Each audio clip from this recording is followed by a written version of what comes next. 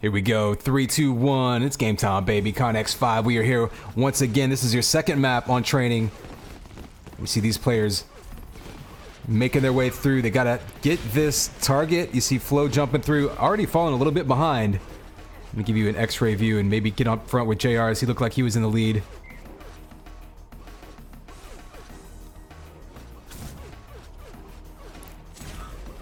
Looks like he's gonna be the first one into this elevator section, and we saw his team first match actually take a 2 or 3 frag victory. I forget the exact margin on this map, so we know that they're comfortable on it. Flo though might be passing him up to finish first. It's gonna be, I believe, first to 10 this time. Flo gonna come across first, but Blue's gonna have 2.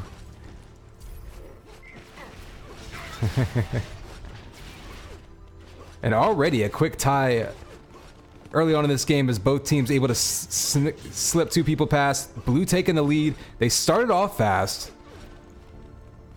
We're watching JR right now as he's been sort of the fastest runner so far. Still in the lead, trying to get through. They need basically everyone to make 3 runs through and then just someone else to make that 4th one. I don't think this is a map where people are going to get completely permanently stuck. It's going to be one where it's just a matter of who can do it the fastest. We do see there JR, the first one to get his second run across. Flo's right behind him though. Let's go watch Flo and see what it looks like from his perspective. We've even got that x-ray on so you can see him following right behind JR. It might come down to which of these two can finish first. Although Blue, still a full cap ahead. It looks like he's trying to distract JR. I don't think he can actually like kill him or anything with that, right? Taking some shots in his direction, maybe just trying to get inside his head. Flo's still a few seconds behind. He's trying to find a way to get past. Oh, he tries to make that jump. I don't know if that's even possible. That's actually going to cost him a few seconds. He's going to take the normal planned route through this map, get to the finish line. He's basically still going to be following JR for the lead. The thing though is JR's team up by 2 caps now. So even if Flo can pass him up, they're basically lapped at this point. So we're going to need to find a way to get some more bodies across that line. Oh, and he's going to take a drop there. So now 8-6. Still that 2 cap lead.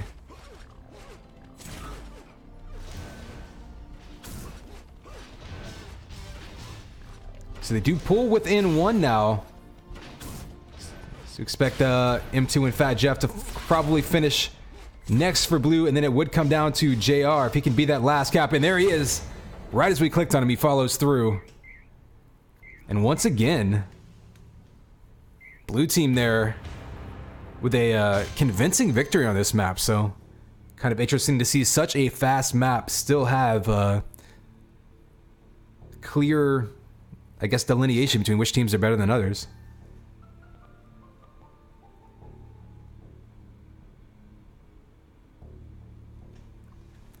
So a quick one there. Hopefully we'll get this next map started quicker than we did that time. I think there was maybe some confusion over the order they were playing in. Now we're going to go to ADR versus SOW. Jump right out of this into the hub. Oh, we're going to see Swamp Ruins for the first time. What's up, is it Halufo? Want to get your name right there. Swamp Ruins. We're going to get a quick preview of it as they run through in this warm-up mode. Some long wall runs going on. Looks like maybe some dodge ramp action early on. And one thing to keep in mind, so far early on in this map, just from what we've seen of it, not a whole lot, like the first section, or at least this section that they're on right now. Oh, not a lot of room for error. Yeah, that's the very first section. So this map starting off difficult and not really any checkpoints to fall back on. Like that dodge ramp section that we're seeing giving people trouble. This might be another one where instead of being a foot race like that last one is, it might just be a matter of who can get a few people across the line first.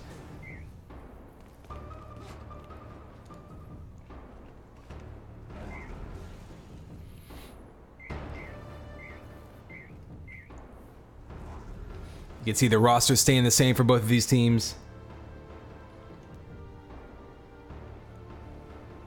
All right, here we go. 3, 2, 1. It's game time, baby. I'm Connex5, and this is Bunny Track.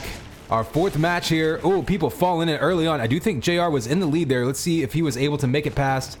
Oh, Cube sneaking in front of him. JR, though, up top. He's going to be the first one to this section. Oh, falls down into the drink.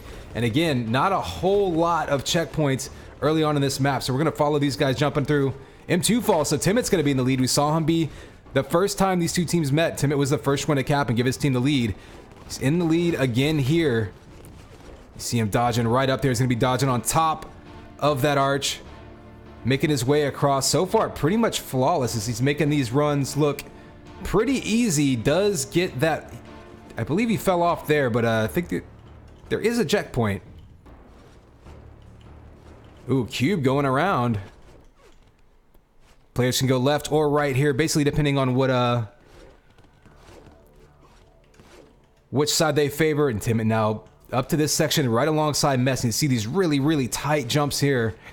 Three players for red, 1 for blue at this section. So precise now as they have to make multiple movements in a row. M2 going to be the first one across. He's going to be the first one to cap now. Timmitt's going to be right behind him. So we'll look at Timmitt's perspective. Again, though, this is such a high skill map that it's not necessarily going to be a pure foot race. It's going to be a matter of who can get the most people to actually, you know, finish at all. You know, not necessarily just the top speed. Because, you know, the training map, you figure everyone will make it through at least relatively quickly. But this map, we've seen some people get caught up real long stretches, even in warm-up mode. And now you see these moves by Timmitt, trying to get you an idea of just how precise these moves are. The wall running and then the wall dodge. Dodge ramp over onto that. And now we just see that tied back up. So Timmitt no longer in the lead for blue as we've got M2 ahead of him. And we actually got a red player ahead of him, but we're going to watch M2 for now as he's back into that same area. Oh, may have been interfered with there. I'm not sure if they can actually collide with each other, but it looks like we've got some red up there, and red's going to take the lead now. Let's go watch Timmitt and Mess as Timmitt jumping back down again. So red in great position here as Mess, if he can make this last couple jumps, he'll be across. Timmitt gets his second cap. Mess just makes it, slides in. That'll be his second cap. And M2, though, not far behind him for his second, but it's going to be 2-cap lead for red. And you can see Fat Jeff still hasn't even come across once. Only 1 for Cube, though. So a much different type of map than what we saw in training. In this section here, another one that seems to be tripping up players. JR and Cube going side by side. Oh, Cube's going to fall. JR's still up.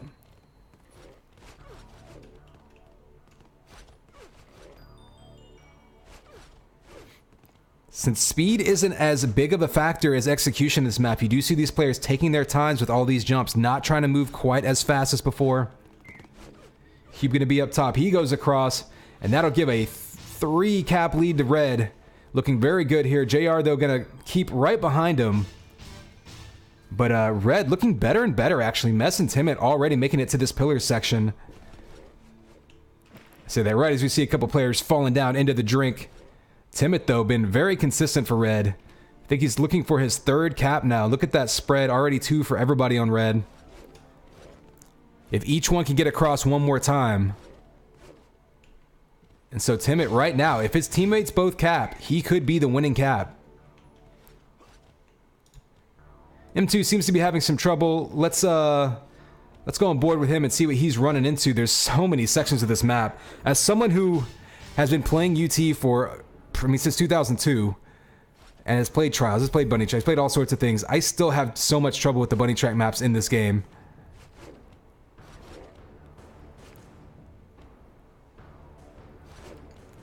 And part of the hardest thing about it is to keep your mental composure whenever you do. Inevitably, it's almost like playing like a Dark Souls type game, right? Like you get super far, you finally make it to a point, then you fall off and you have to fight your way all the way back, but M2 there able to keep his composure. We see him coming across for the third time. So keeping pretty much on pace with the SOW guys. But Blue's still behind by 3. And we're going to go on board. Let's see how far ahead Red is. Looks like they've got a couple of people who can actually cap this out pretty quickly. 9 caps now for Red, so they've got 2 players, Timid and Mess, basically racing to finish this one off. We're playing first to 10. It's M2, who actually has been doing pretty well for Blue, voicing his frustration. But it looks like Mess is going to be the first one across for Red. That'll finish it off. And 10-5, so a pretty good win there for Red. And again, one of the higher difficulty bunny track maps that we've seen.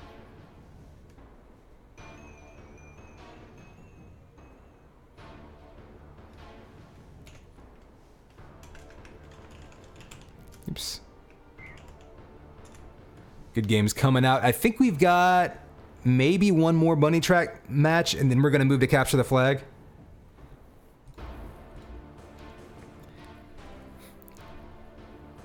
Mikey the Vike's kind of been playing my my producer for this, helping me keep track of what we got going on.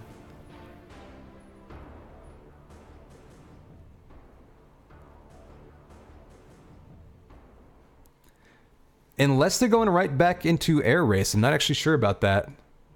So I'm going to join the server just so we don't miss it, just in case.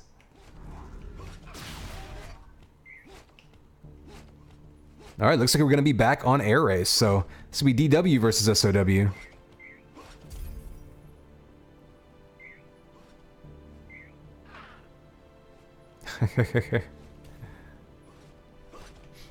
And yeah, I mean, that's the whole trick with this bunny track format, is that it's your sort of, your weakest link is you're only as strong as your weakest link, right? Like, you can't expect one person to cap 5 times.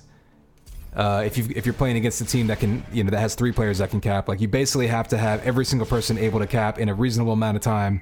And if one person just falls those few extra times, that can be the game for you.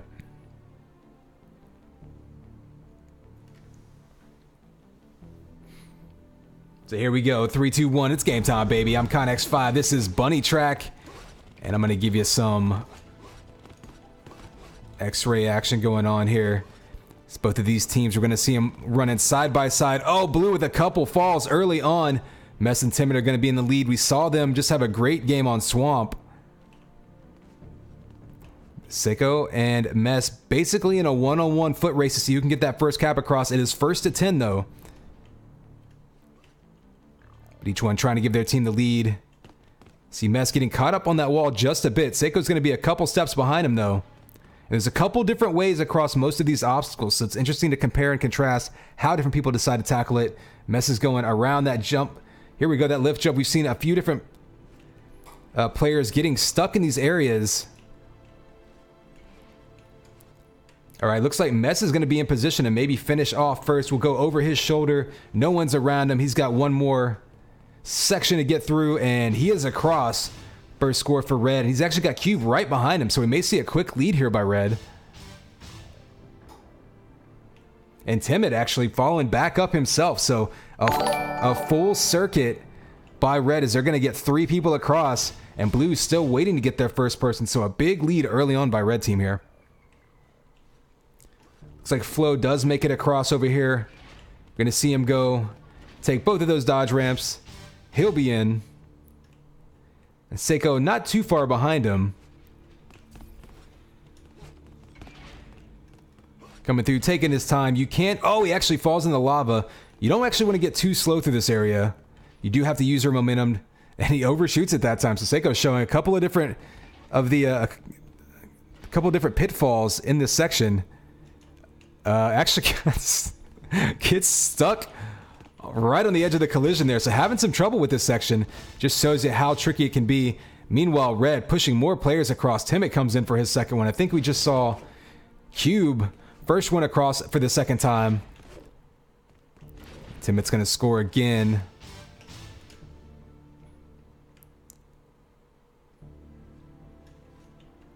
Flo doing pretty well to make his way across for Blue, trying to stay in this one. A nice quick move right there. We're going to watch Flo as he starts from the beginning so we can get you a view of the whole map.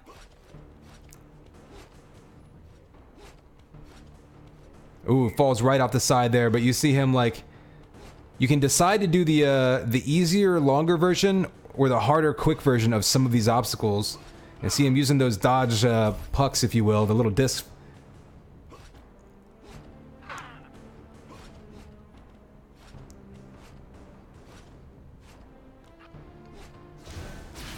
And the muscle memory coming in on some of these maps. Oh, misses that, so you can actually use your momentum from that little platform extension to push yourself up the ramp. Ends up missing the platforms though, so has to go all the way back down and start over. Gonna cost him some time, but still making his way through. Meanwhile, Red able to get another circuit of people through. Looks like Timot's gonna be number 8 across, so only 2 more needed for the red team. They've got a commanding lead now.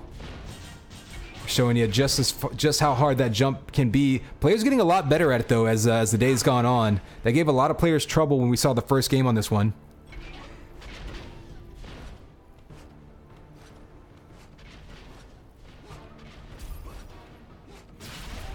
And there you see the dodge ramp going all the way to the end of it. That seems to be the favored route. Let's take a look with Red here. We've got Timot, who I think is going to be their 9th man across because we've got Mess and Cube behind him. So we'll see who finishes first and second between these two. As Red Team running away with this map now. Timot finishes that one off nice and quick. Nothing really getting hung up there. Just nice clean runs, and Mess going to finish it off. If he can get through here, he's not even going to hit that target. Just going to go straight from side to side, and there you go. 10-5. So a big win by Red Team. Timot being the one to be the first one across 4 times. Give these guys the win.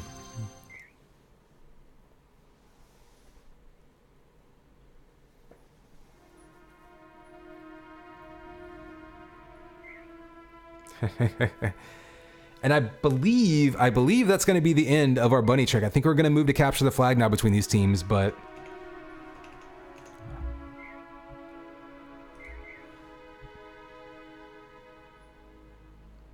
We're going to return to the hub and wait for this to get hosted.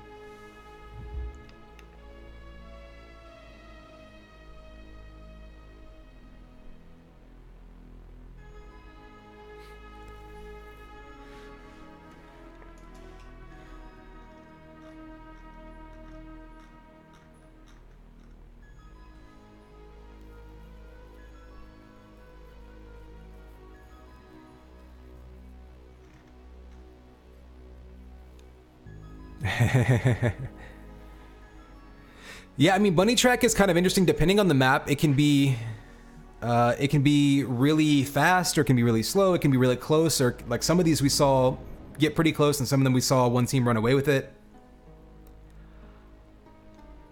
I would almost like to see something like Trackmania style, or like the marble game styles, where it's like either it's every person for themselves, or even like teams of 2, and you had multiple teams. That way, if you had 20 or 30 people in a server, you could get a much closer game, because surely 2 of them are going to be close, right? All right, here we go. Capture the flag. Looks like it's getting organized.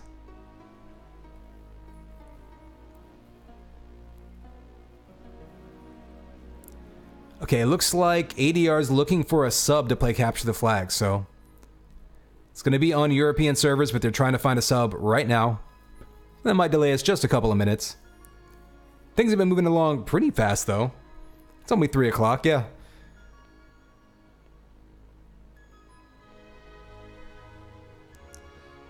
So we're, I guess you might call it halfway through this, the match, and only an hour in, making good time.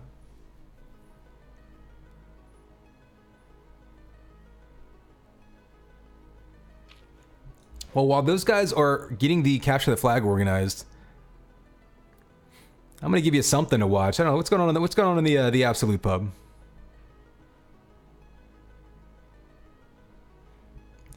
I'll get some pub time in. I'll shoot some video games.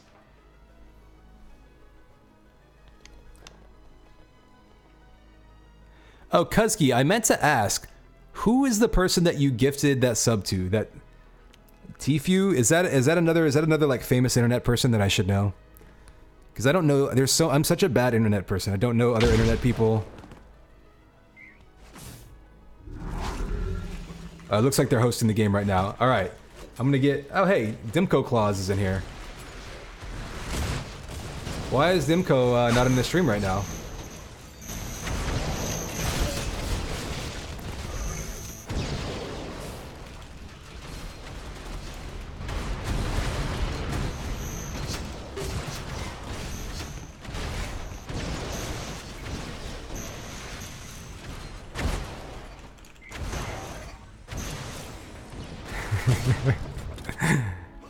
Oh, gotcha.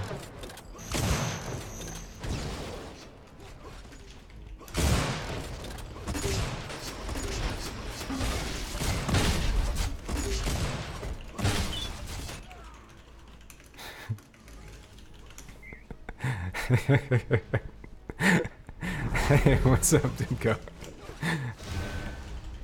So we got a couple of minutes here as they're getting ready to move from Bunny Track to capture the flag.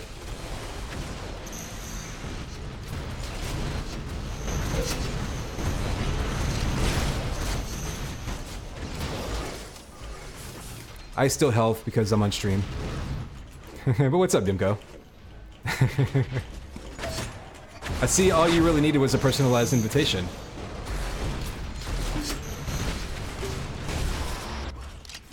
All right, I'm gonna go back into the server now. We accomplished our mission. But yeah, Fortnite. It was actually kind of interesting. I was looking the other day at Fortnite being back way up in the in the rankings of, you know, viewers.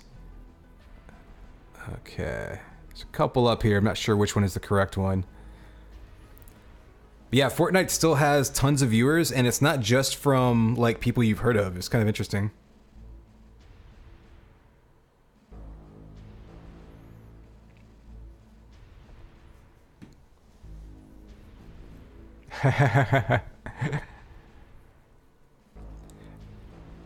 Yeah, I wish I could give someone like an individual a custom avatar in the channel. I would give. Oh, I guess I could make my VIP badge specifically like a Santa Claus related thing, right? For giving out, whether it's giving out subs or I guess bits or whatever.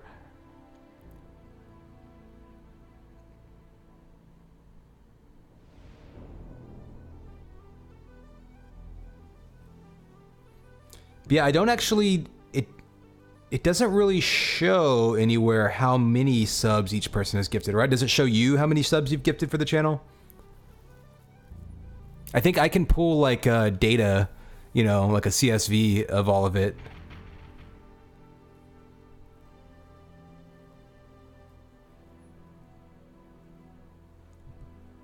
Looks like this is gonna be our server. Ooh, ooh, eh? It's totally.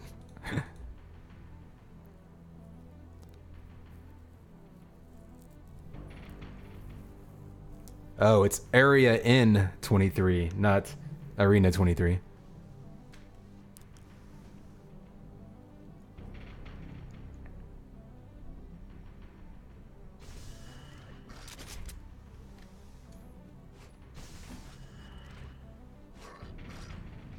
So you see, getting all the players for ADR and DW in the server.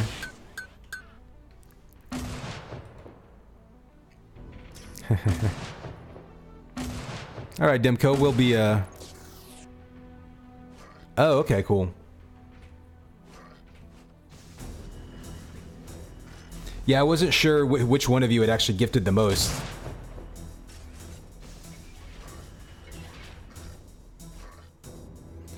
Although, to be fair, you guys do gift in completely different ways. Kusky finds the most popular person on the internet and tries to get them to join my channel.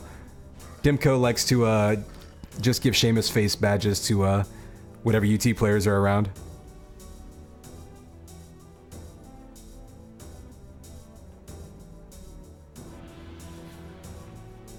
And I guess I've got a little bit of time I can mention for any of you who don't know.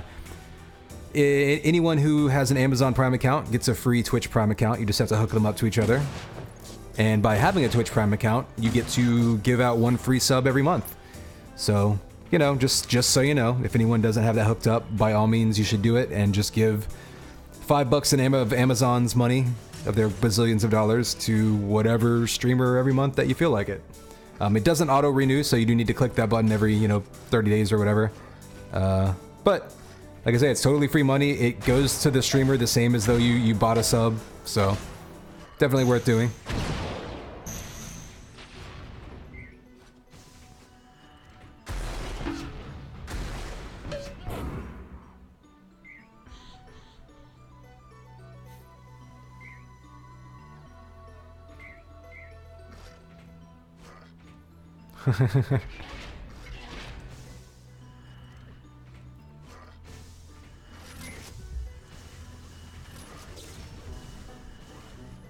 All right, 6 to 10. We're 60% of the way there.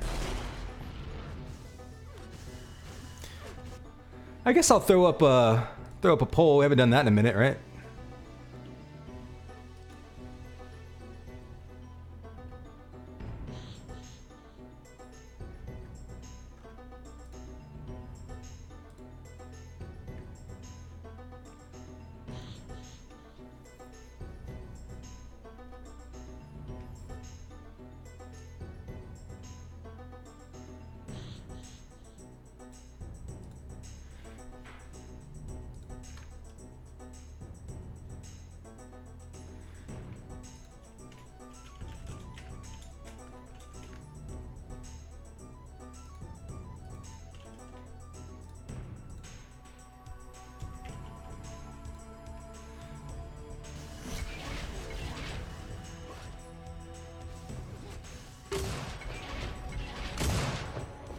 Oh yeah, I'm gonna go ahead and throw up a poll, just to give us something to do kind of while we're waiting here.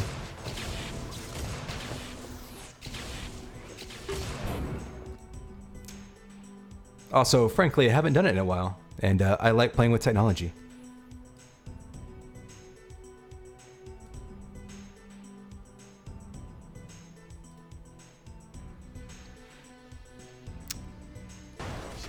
I know it's kind of unfair too. You don't even see who all's playing for each team before you make that make that poll pop up. But you can see ADR now. They M2, Raja, Fat Jeff, and JR.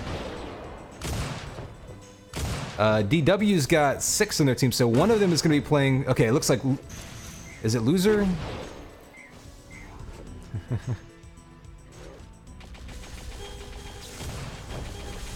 So these look like they will be your teams with Kelly, Snow, Seiko, Flo, and Anzu. Down on DW.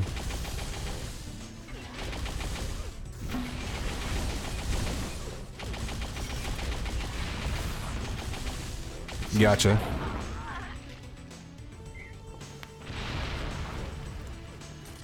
So I just recently realized that this person isn't the same as the loser that played it from North America in 2K4. So is his name still pronounced Loser, or is it like... I mean, it's Loser. It's not like Laser or... or something, or Blazer or anything like and other names.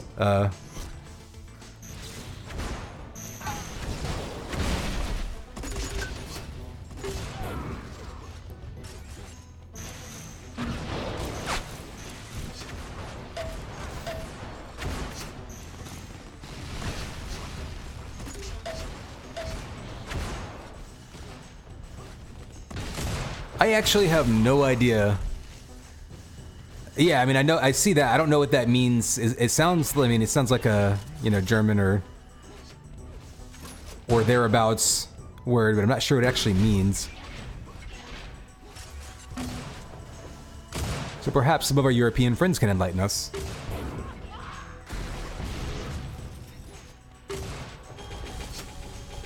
$50 seconds left on the vote. It looks like DW's being, winning this one in a landslide.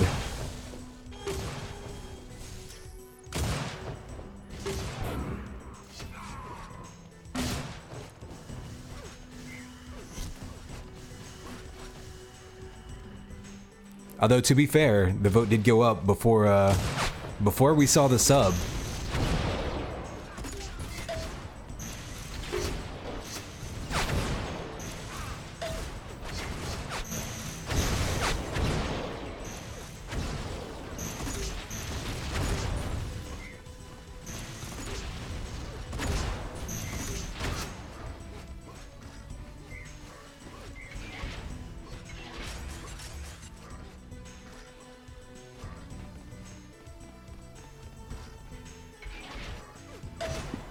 Here we go. Players are ready just in time. You see the votes coming in. Everyone thinking DW. And we'll find out shortly. Here we go. 3, 2, 1. And it's game time, baby. Connex 5 here. We are back to capture the flag after all of that bunny track action. Here we got DW versus ADR. First map's going to be on area N23. I'll give you another look at the scoreboard there. It's early on. Players still getting organized. Throw on some auto cam. Excuse me, some x-ray. Ooh, Kelly getting an early flag grab in. Gonna take some rockets real fast. Both players go down. I guess you wouldn't call that a cherry pick, but a pickup by Snow. Right off the stick, he's gonna be trying to cover himself. Ooh, a sneaky move, backs around. So the double back gets him right out the door. JR does see him though, so they're gonna know exactly where he is. He's gonna go down. Oh, and no pickup there. JR able to clean all of that up. Let's go follow the blue flag, which is actually the green flag. I'm gonna see if I can get that cleaned up real quick.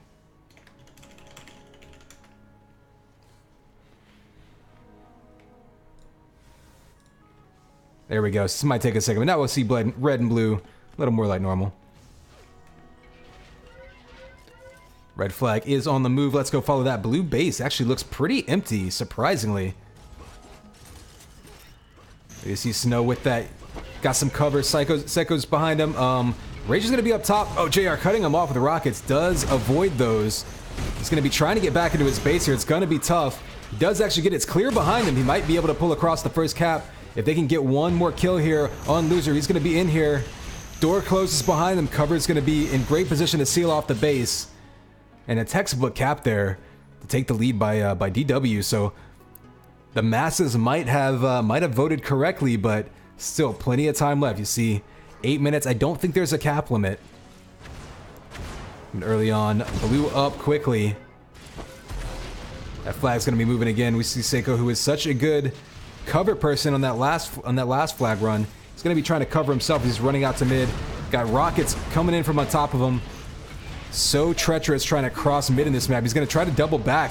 Just runs into more and more red as they're just respawning around him. So trying to buy some time for his teammates to get up and cover him.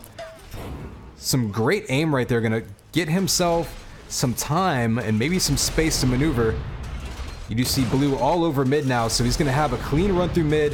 His base is going to be dirty though, so let's go cover the blue flag. Actually, it's going to go down, so let's see what it looks like in base as there's a last second grab just to try to keep things alive by JR. He goes down. And another great seal by blue is so DW clearing out their base, making plenty of room for their flag carriers to get in here. M2 does take out one of the defenders. Loser's going to try to grab this flag. Oh, was that a telefrag? He killed his translocator. Tough break by Loser. He had some armor, was heading straight for that flag, got his translocator disc shot out of midair. Instant death. Doesn't matter how much armor you have. One thing you'll notice, no real offensive power-ups in this map. You've got the shield belt right here in high mid, but otherwise it's a relatively straightforward map. So things like fragging ability and teamwork gonna come into play, be huge. I guess more like the classic ways of judging a team versus something like power-up control. Power-up control not gonna be as big in this map because there's simply just the one. It also happens to be an area where everyone's gonna cross it, so people will have timing on it pretty consistently.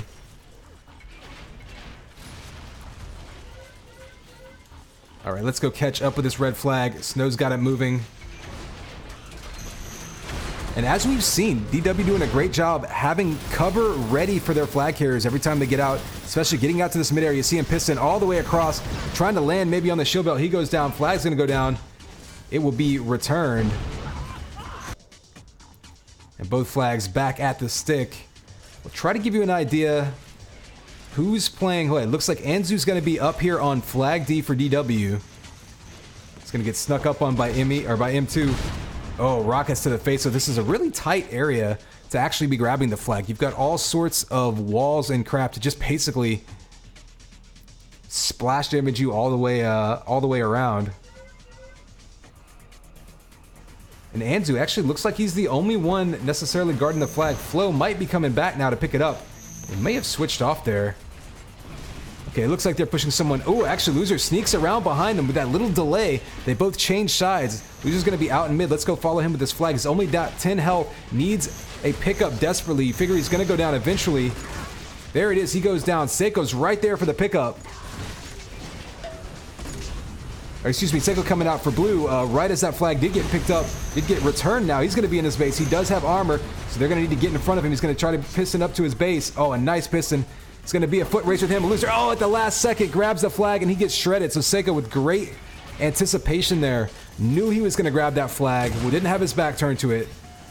And just absolutely shreds him. So another tough break for Loser there. He's been getting his hands on the flag a lot, but unfortunate series of events.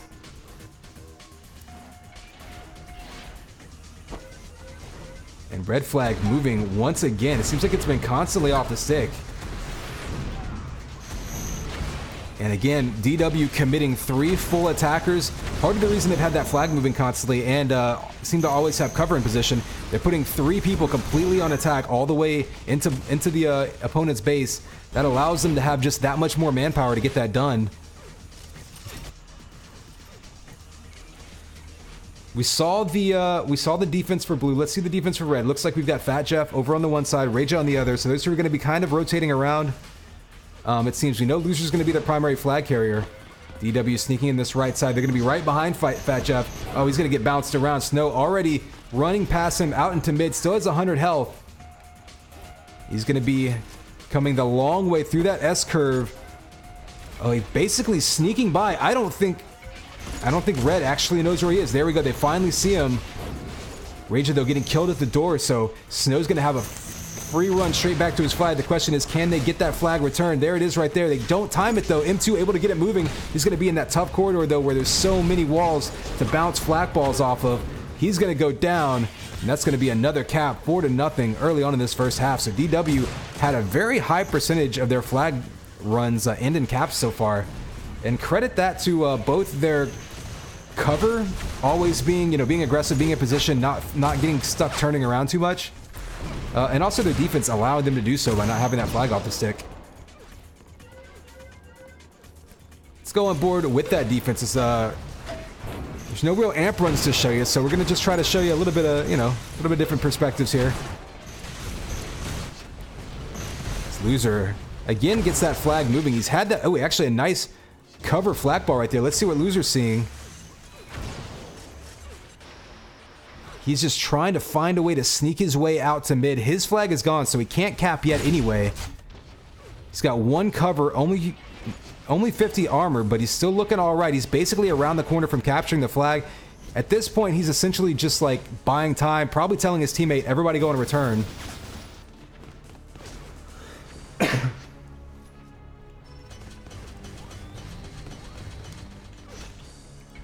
Interesting. Finally get a piston straight out. Oh, so you see Loser with perfect timing on that shield belt. Now he's crossing the map finally. You do see some people in his way. And of course, his flag's going to be gone. We're in a standoff situation, but he is looking a lot better now after picking up that armor.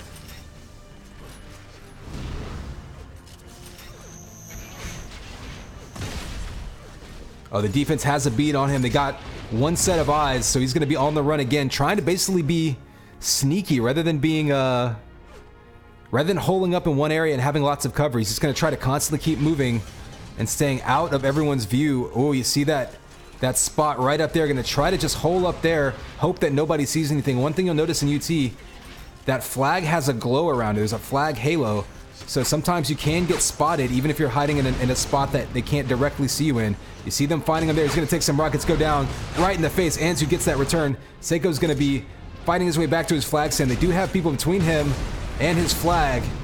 JR is going to grit that flag moving just to try to buy some time. And Seiko will be on the run again. And red is all over blue base. Unfortunately for them, that flag carrier is already abandoned. But they will be able to get that flag moving and extend this standoff situation. Loser with it again. So much armor, so we're going to follow him to see if he can get out of base. He's stuck on that lift. Dangerous spot.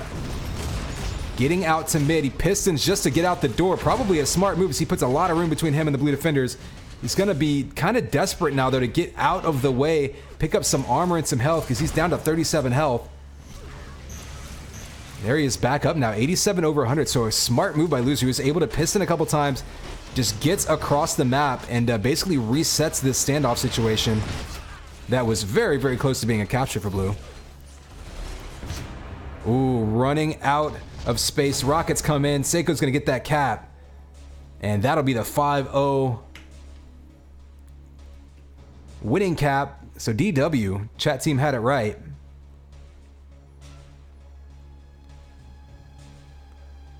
Yeah, it looks like it does. We are going to have a 5 cap limit here. That'll help keep things quicker.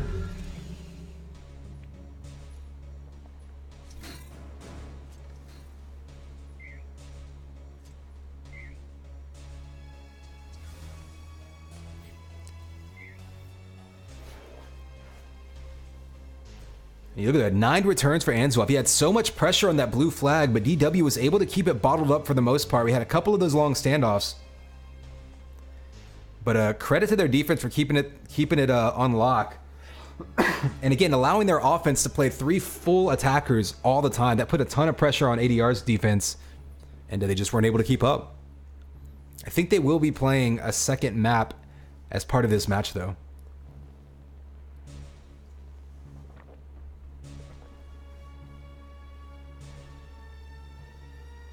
Yeah, I believe we'll be seeing, yep, Askanai's next.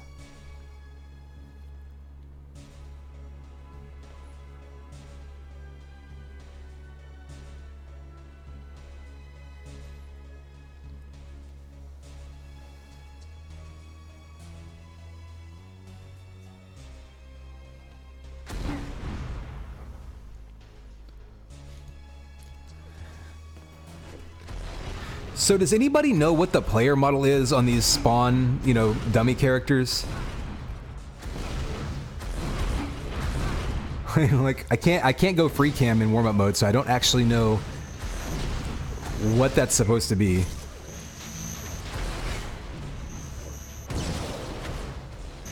It kind of looks like Hank Scorpio from The Simpsons.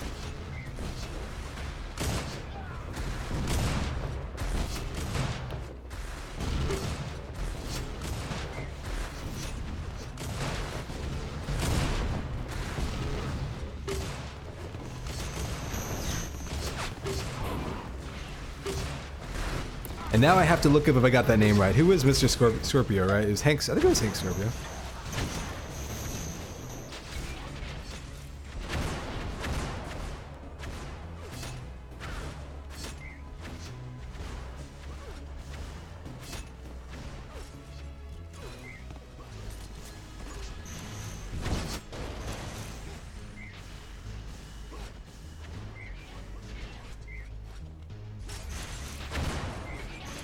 Yeah, Hank Scorpio, voiced by Albert Brooks.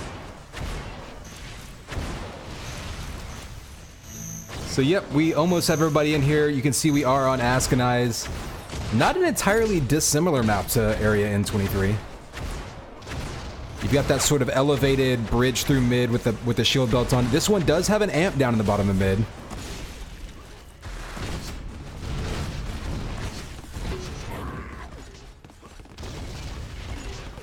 And still kind of an elongated rectangular map, so your pistons that you see from players, if they're running the flag, are going to be pure speed on this map. You're not going to see a whole lot of tricky, trickeration going on in mid, because it's just basically an open room.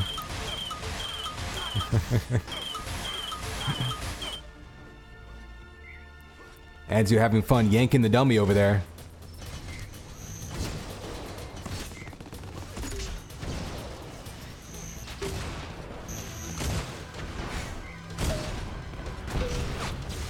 And in case anyone's wondering, I believe we're going to have 3 2-map matches in Capture the Flag.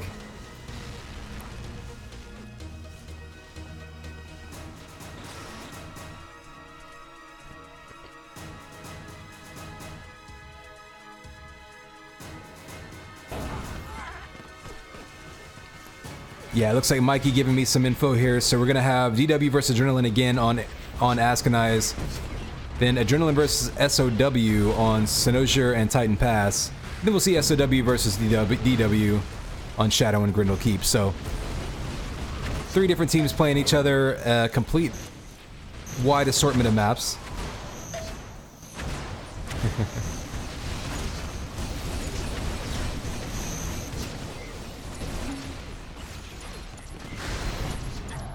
What's up, Fallacy? Enjoying the new sub emotes. First pass on all of those. Definitely will have improved versions of all of those. I like to just get one up and running and get it in chat to see, you know, if it even works before I spend a lot of time, you know, perfecting it. So I still have one more emote spot, and I'm trying to figure out what to do with it. So if people have suggestions, or we could unlock a fourth one and then do the knuckle tats idea.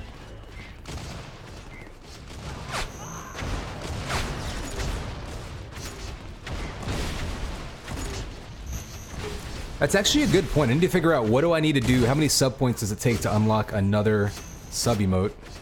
I've actually got a moment, so I will search that out real quick. Because we're waiting for this fifth player to jump in here. Oh, it looks like Fat Jeff is there.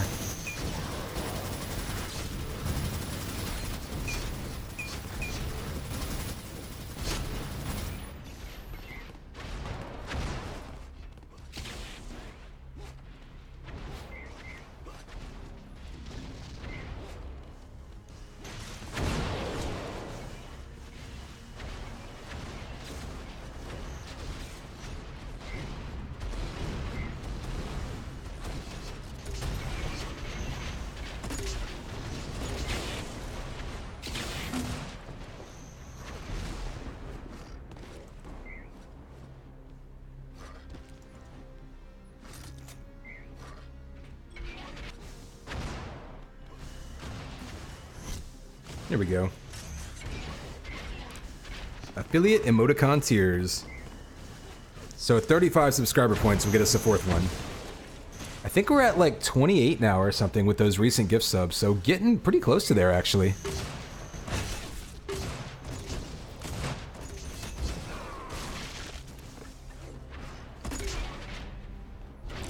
Maybe that's what I'll do then. I'll do two different fists.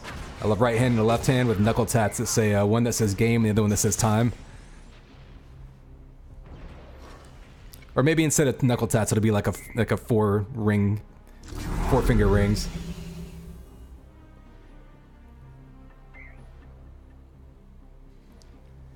All right, here we are, 3, 2, 1. And it's game time, baby. Connex 5 bringing us some capture the flag now. We are on Ascanites. This is map 2 of ADR versus DW.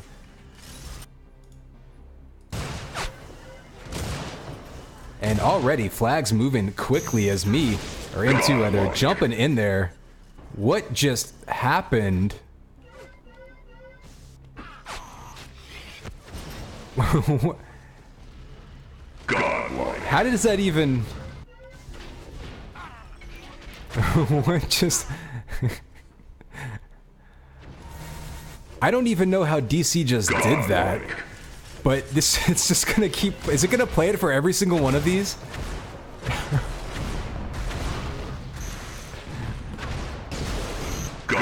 Is it gonna play it 20 times? Okay, well we're gonna hear God like 20 times in a row. Alright, sorry, I'm trying to keep up with these, I'm trying to keep up with these flags. Seiko now with this flag is actually coming back into his own base, so DW with a chance for their first cap. If they can clear this base, they did a great job clearing the base for their flag carriers coming in, sealing it off on the last map. A little bit harder to do on this map. It's a little bit more open of a base, but doing a great job bunching up with him so that they're ready for the pickup even if he does drop. Loser on the other side's got that flag moving. Anzu though on an amp run. He's going to be on return. Let's see what he can do.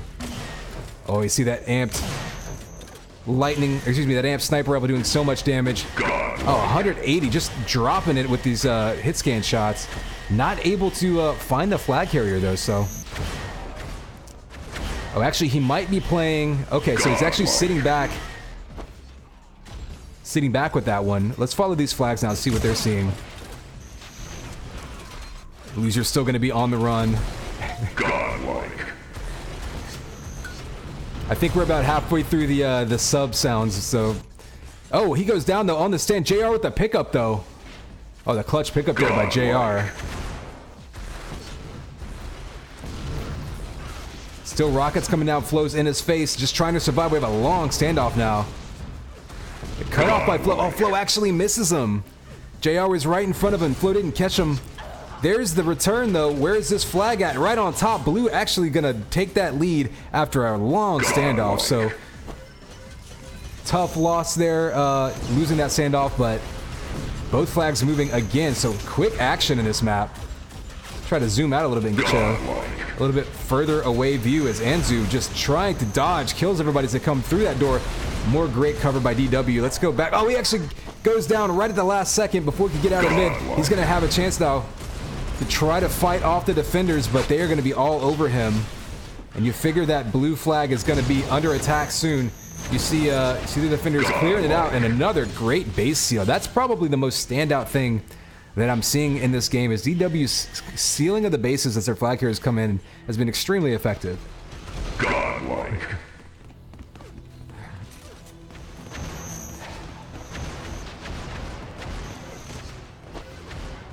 Oh, here we go. Loser with this flag. He's actually got a good jump start.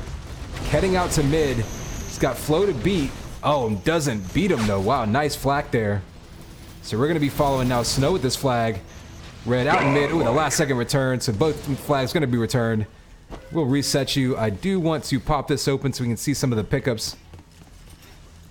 I also want to try out this bird's eye view. I've never actually gotten to use this. It's kind of neat. I mean, in lieu of like a UT, or is it the one mod that has like the mini map in the top right?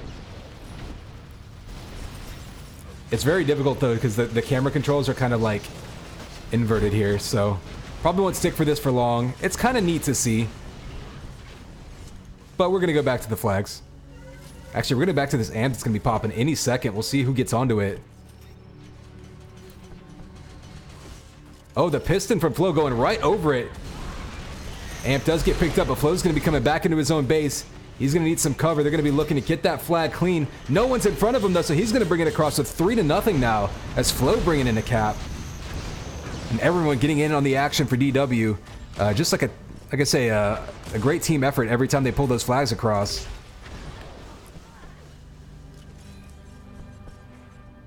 Okay, I think we're done with the godlikes. So what you guys don't know is that I hear those godlike, you know, the sub sound, and it's extremely loud. So it's as though someone was just standing right behind me, like yelling at me for the past 5 minutes.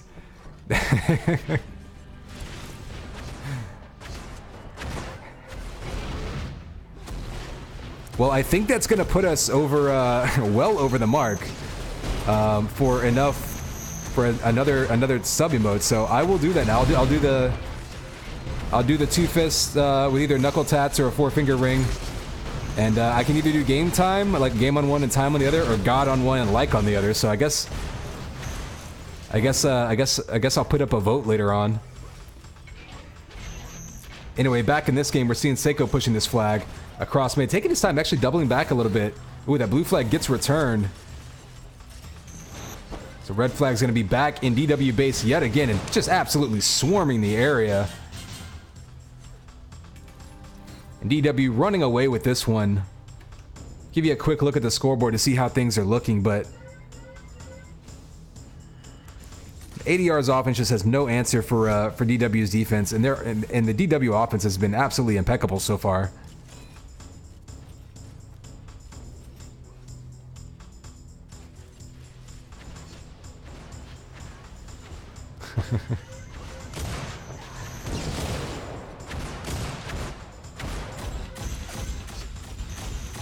Snow now running, just using the enforcer to defend himself. Still staying alive as Fat Jeff trying to track him down.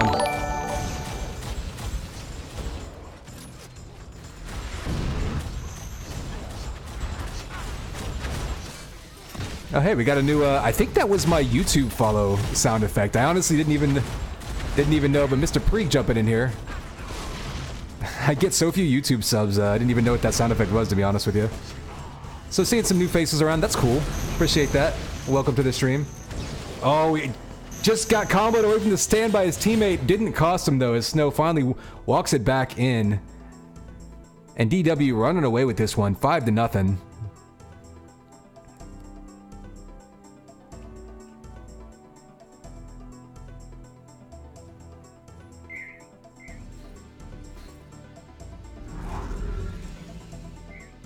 And I think the thing that stands out the most to me, look at ADR. They have 4 returns versus 5 caps for blue. So they just like ADR's efficiency with getting that flag. Once you get a flag basically across mid, you should convert that to a cap. Like that should be an expected cap. So you can think of that as almost a conversion rate. And their conversion on these flag runs in this match were just amazing. Like they were very, very efficient at finishing off their caps, getting things, you know, cleared out in base for their flag runners. Just great organization there. So we're going to have a little bit of a moment here while we get the other teams organized. I think we're going to see DW. No, we're going to see SOW versus ADR now. This will be on Sinosier and Titan Pass. So you've got a moment.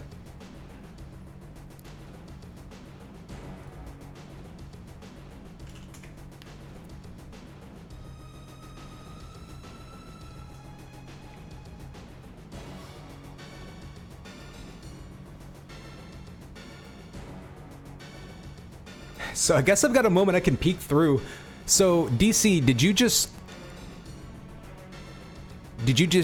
like randomly like randomize who gets subs, or how does that work? I'm just curious about that.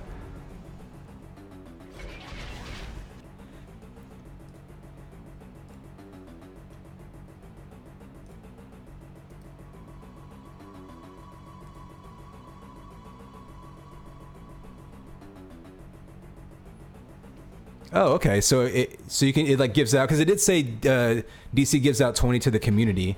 So it was like, it did seem obvious that there was some sort of functionality. So that's kind of cool. All right. Well, I've got a moment now. I guess I have to give DC VIP now, so he can lord that over everybody.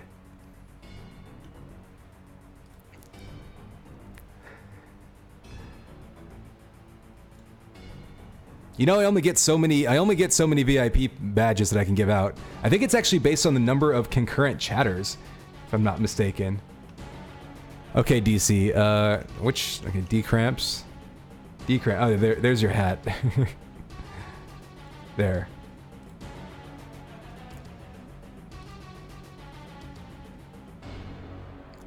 Yeah, Fusion, this is just basically ADR, SOW, and DW just decided to have a mixed game type match today.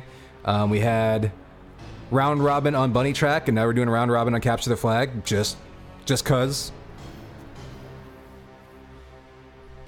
Nothing necessarily on the line or anything, just having fun. Oh, it looks like they changed hubs on me again.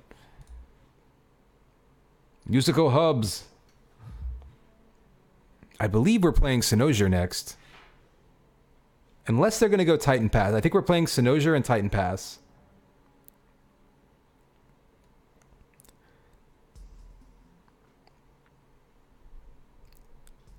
What's up, Sly?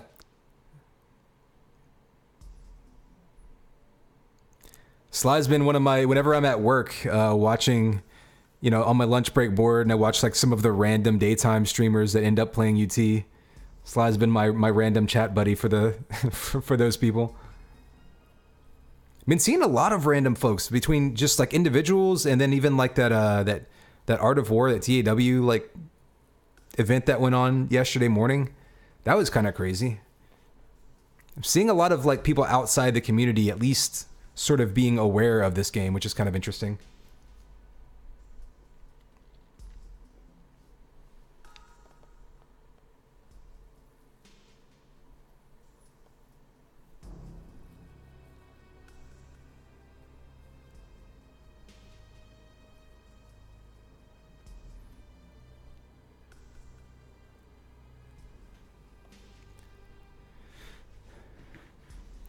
Well, I'm going to turn up the music a little bit because we are waiting on this hub to get filled. So we'll get us some dramatic. This is again the Unreal Gold soundtrack. It's 3.5 hours long. We're about halfway through it, so we'll see. It might be able to last us the whole event.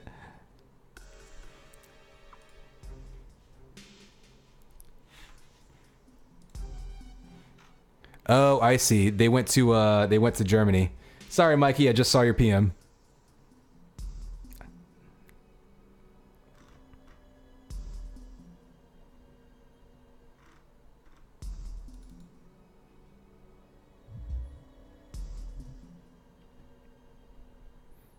There we go. It's okay. We're 7 of 10 in the operative server, 8 of 10. So this should be getting started pretty quickly.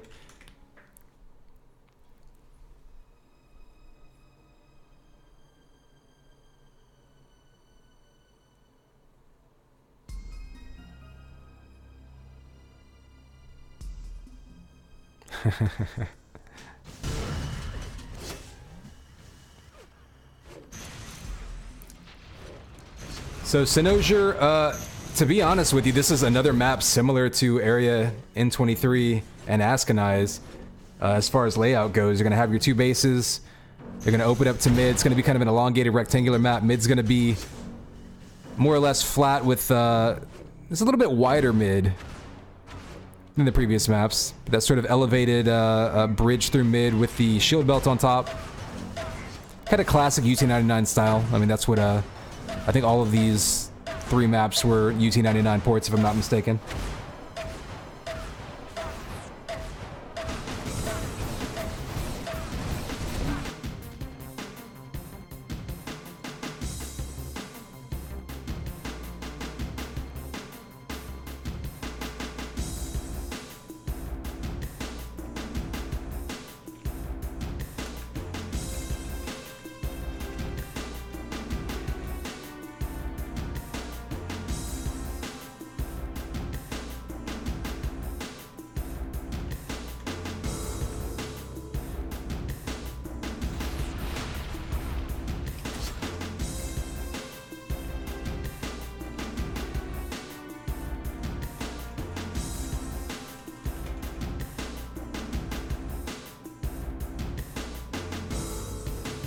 All right, we're going to put up a poll for this match just to kind of have some fun with it while we're waiting on these guys to get warmed up and all in the server.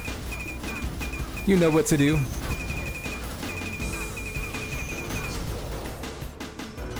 We do have Loser subbing in for Adrenalines. Keep that in mind.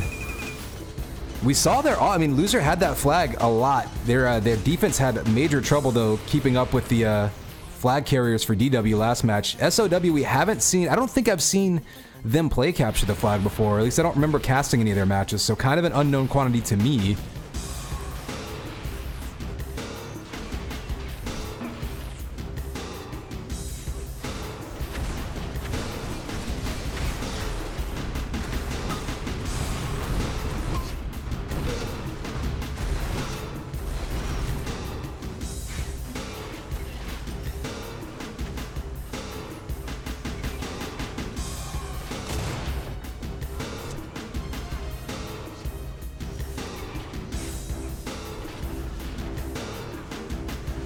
All right, well, while SOW is getting their players together, I'm going to go ahead and make a quick bathroom run real quick.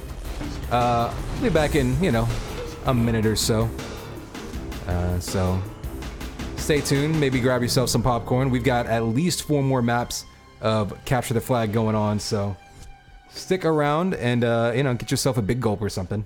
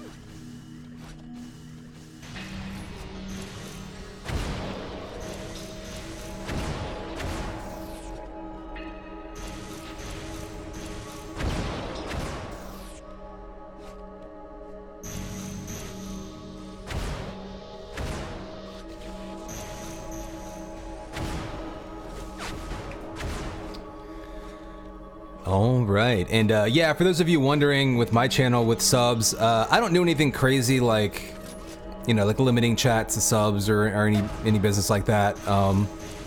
So basically, if you're a sub, you get that sub chat badge. That's going to be various pixelated versions of my cat, Seamus. He comes on stream from time to time. You also get those sub emotes, which, I mean, thanks to those 20 subs DC just gave out, I will now have 2 more I can add. So those will be coming, and I'll be doing second passes of the ones that pre-exist. I'm also totally open if people have suggestions for other ones to add. SOW saying people are on the way, so hopefully we'll get this rolling quickly.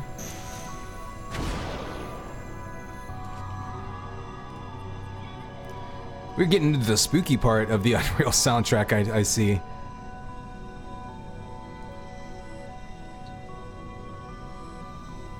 You know, I really do like this. Like, I like the dark, spooky, eerie ambient stuff. I don't know that that's what I want to hear whenever we're getting into some Capture the Flag, though.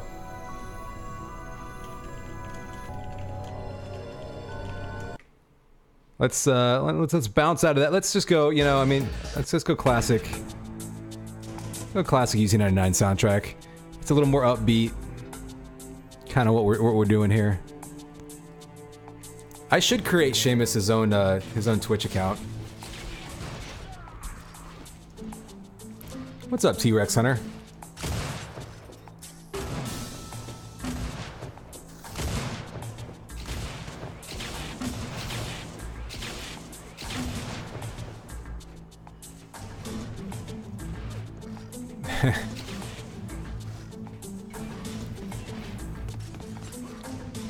You know, there was a time when most of the people in my chat didn't have Seamus face badges.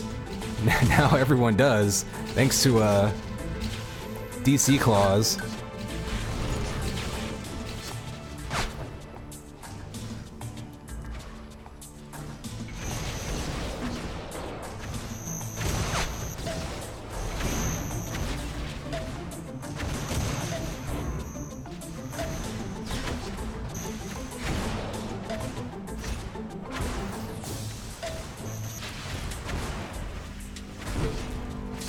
That said, you will notice that DC is rocking the Seamus with sunglasses, so already working his way up the totem pole there. I think the 6-month one is the Miao Zedong one, my Andy Warhol version of Seamus. I think 9 months. No one else has seen the 9 months one yet because I just got it unlocked recently. I believe it's him.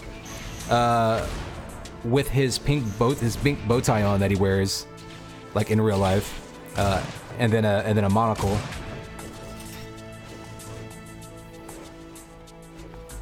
You know, I actually just got something in the mail today that I wouldn't mind showing off on stream. Maybe I'll do it at the end of this one. Maybe I'll grab the cat.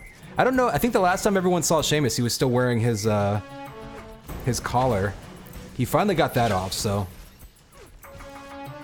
Maybe I'll let him show his face when he's not wearing the cone of shame.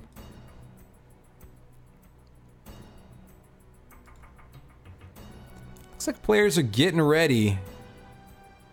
Nope, we had a dropper.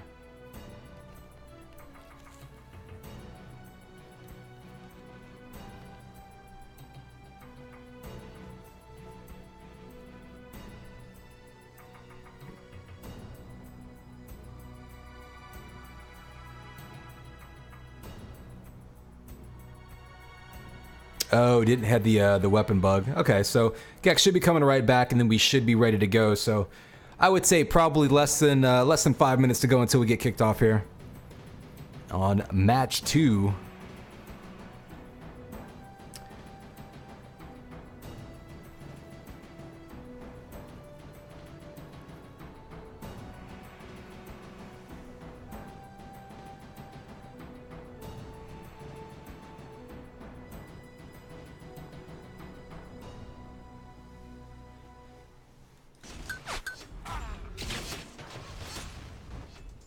Oh, I actually hadn't bothered to look at the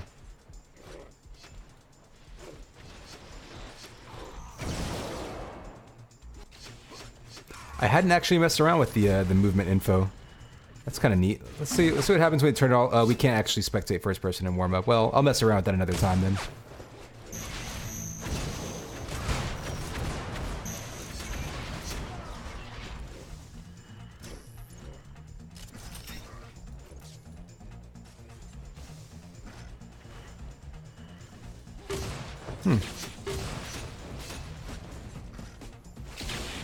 Oh, there's clan tag colors. That explains the, okay, I didn't realize that was UT Plus thing. That's cool.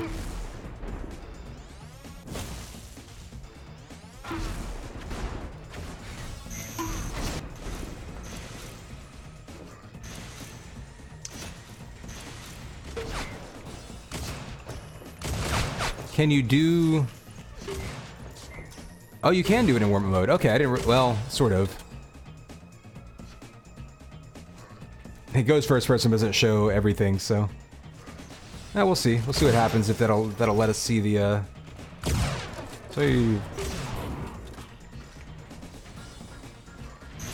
Yeah, it doesn't look like it's showing it. That's fine.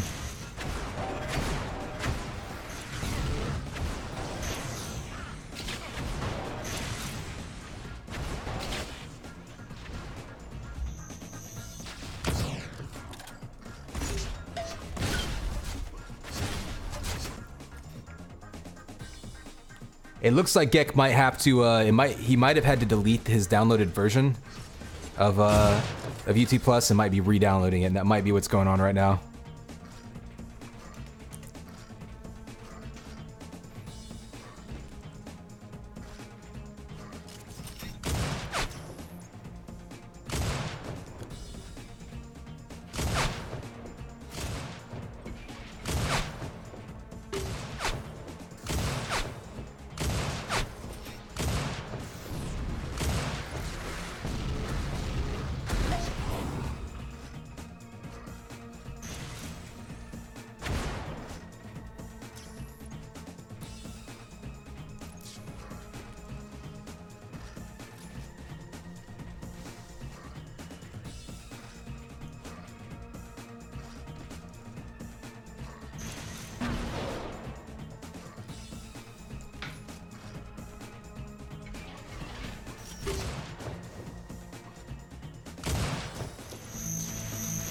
So yeah, how many? I guess while we've got some time, how many damn sub points do I have now? With now that all of that went down, I don't even know how to see that. I'm such a bad streamer.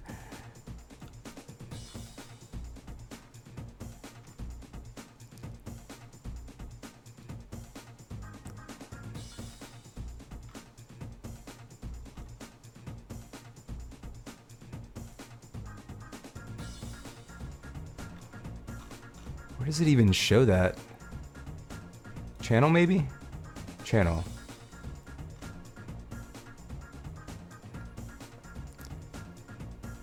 Oh, 51. Oh, we're at 51 sub points exactly. Okay. Well, there we go. Well, now I've actually got two. So now I have a total of 5 sub emotes I can make. So I guess I got some Photoshop work to do this week. So that means, yeah, Dimko, he dropped a 20 banger on the community. Basically, he bought 20 subs and just let it randomly assign them. So so now I've got 3 blank sub spots or sub emoticon spots. 2 of them I'm gonna do the idea I've had for either knuckle tats or like 4 finger rings.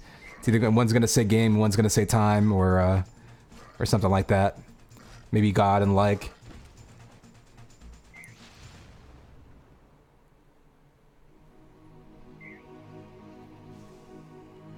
And then that gives me a whole other one to use. Okay.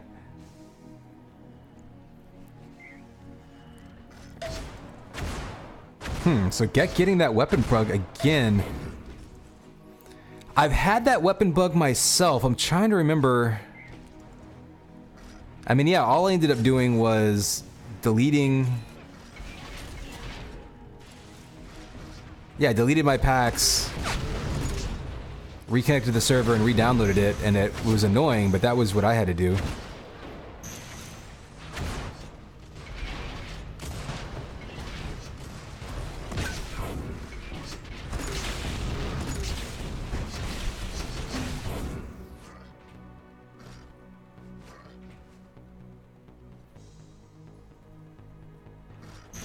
They might end up just going...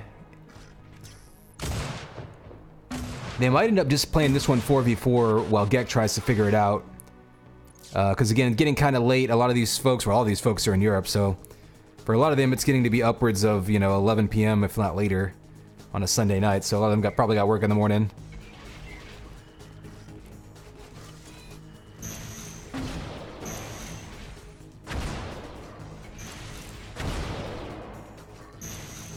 Chatsui, I'm not 100% sure if it's no weapon or invisible weapon. They were just saying he was getting the weapon bug. It looks like they're going to roll 4v4 until they can get his business figured out.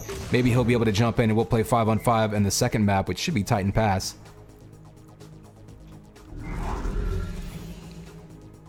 Alright, wakey wakey, looks like we're ready to go. So players are ready. 3, 2, 1, it's game time, baby. Connex 5, we are started with our second CTF match here. We got ADR versus SOW. We are on Sinosier. Let's take a look at this red flag, see who ADR is defending with. Looks like you've got Reja in the back right. XP Killer is already putting some pressure on that flag. Tron probably going to be back there with him.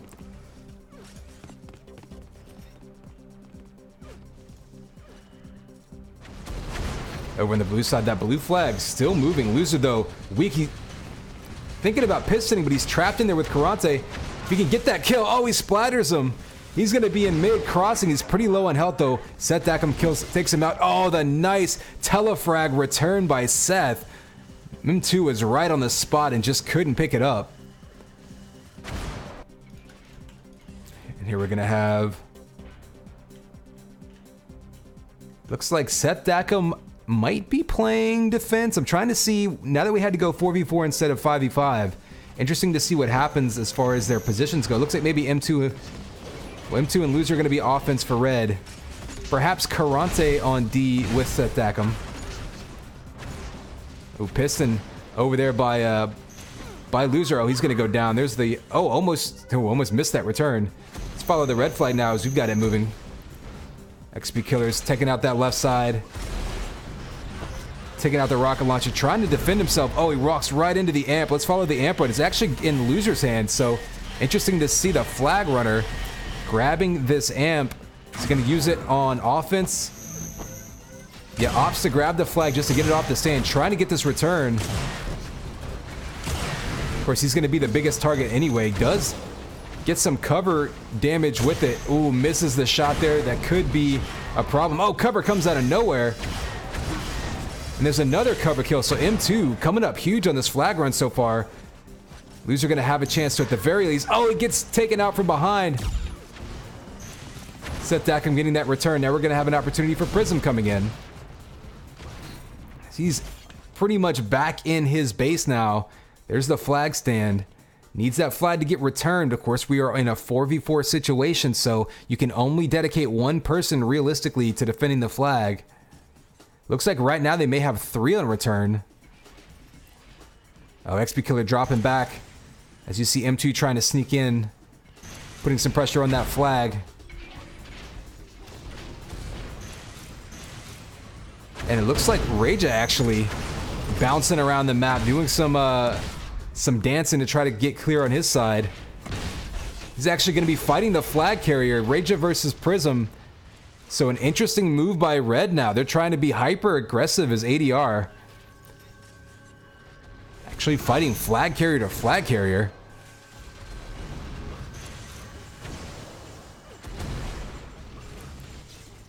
It could be that Reja is telling all of his teammates to go and return, knowing that the blue team's return team's not going to be looking for him in their base. Very risky move though, because if they do find him, he's not going to have anywhere to go. Meanwhile, Prism is all... They're all over Prism. They're going to finally get that return, but he's not going to be...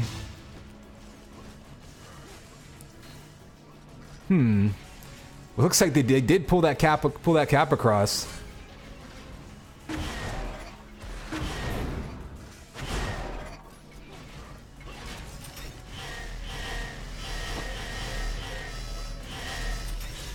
Seth Dackham now didn't really see a whole lot coming out of the Amp Run. He's still alive though. He's going to be falling back on D. Loser's got that flag one more time, switching him over to third person view. You can see that big combo hitting him from behind. Sneaks past it, though. You see him pissing straight to that shield belt. This is going to be a problem for the blue team. They're basically going to have to kill him twice now to get that flag onto the ground.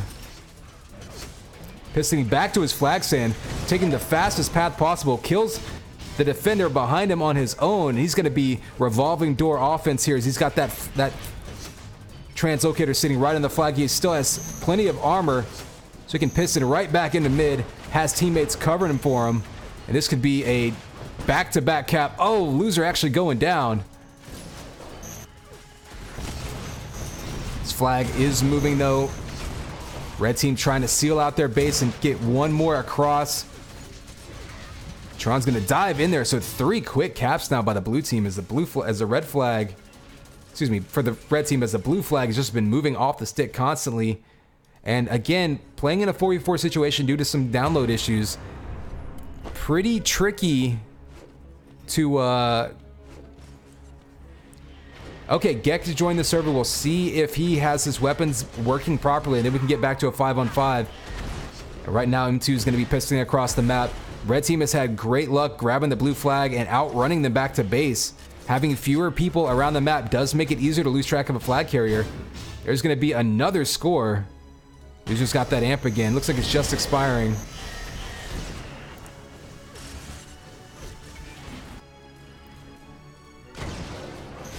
Again, blue flag under heavy assault right now.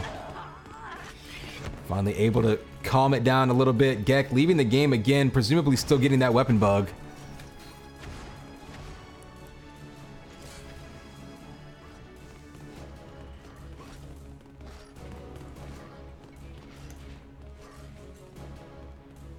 So for the first time in this map, it looks like there's a little bit of a breather for the blue team on defense as Loser got in, opened things up a bit, had that revolving door back-to-back caps.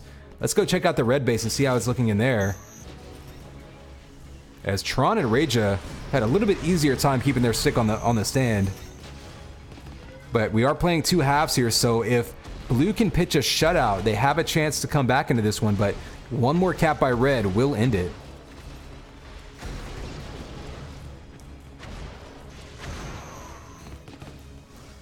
See a great job by the red defenders there, singling out the attackers one at a time, focusing their fire. Flag carriers coming into the base. You see me ready, just running up the stairs, and that, oh, if you can get back to the flag stand, that'll end it for you.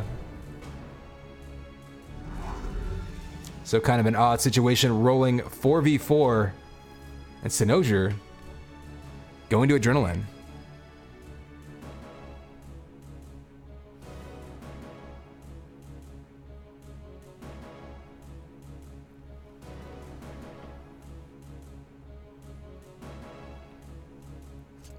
You see Gek joining right back in one more time. Gonna see if they can get to a 5th, or get him, get his weapon spawn so we can be their 5th.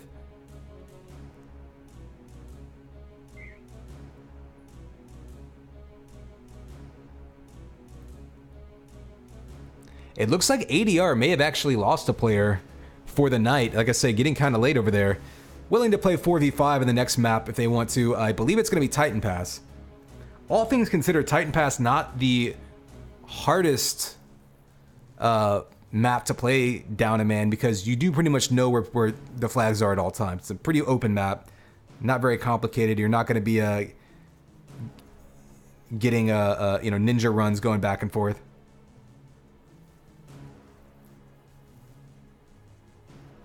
So noticing the follow by Lord Snow. I know someone mentioned it earlier, but we were in the throes of conversation. Appreciate the follow.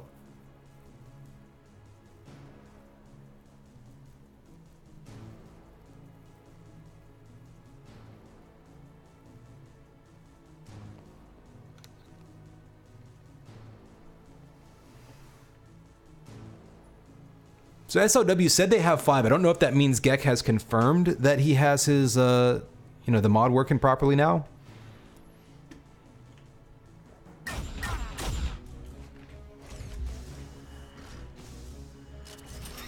But one way or another, we're going to keep this match rolling. It's kind of interesting to see these spawns. Some of the maps I've seen the spawn points laid out, and some of them I haven't. It's kind of funny, because on this map in particular, I always felt like I would spawn up by the flag by the stinger. I feel like that would just always happen.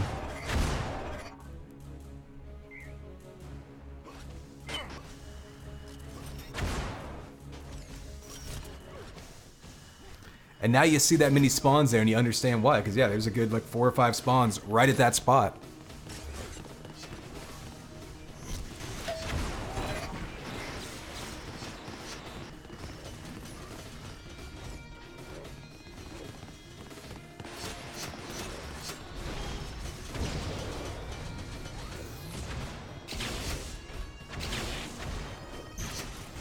Alright, so it sounds like Gek is good to go. So we'll have 5 players there for SOW. Looks like ADR might be down to 4. But willing to play handicap. As you see, all of those spawn points that I was referring to.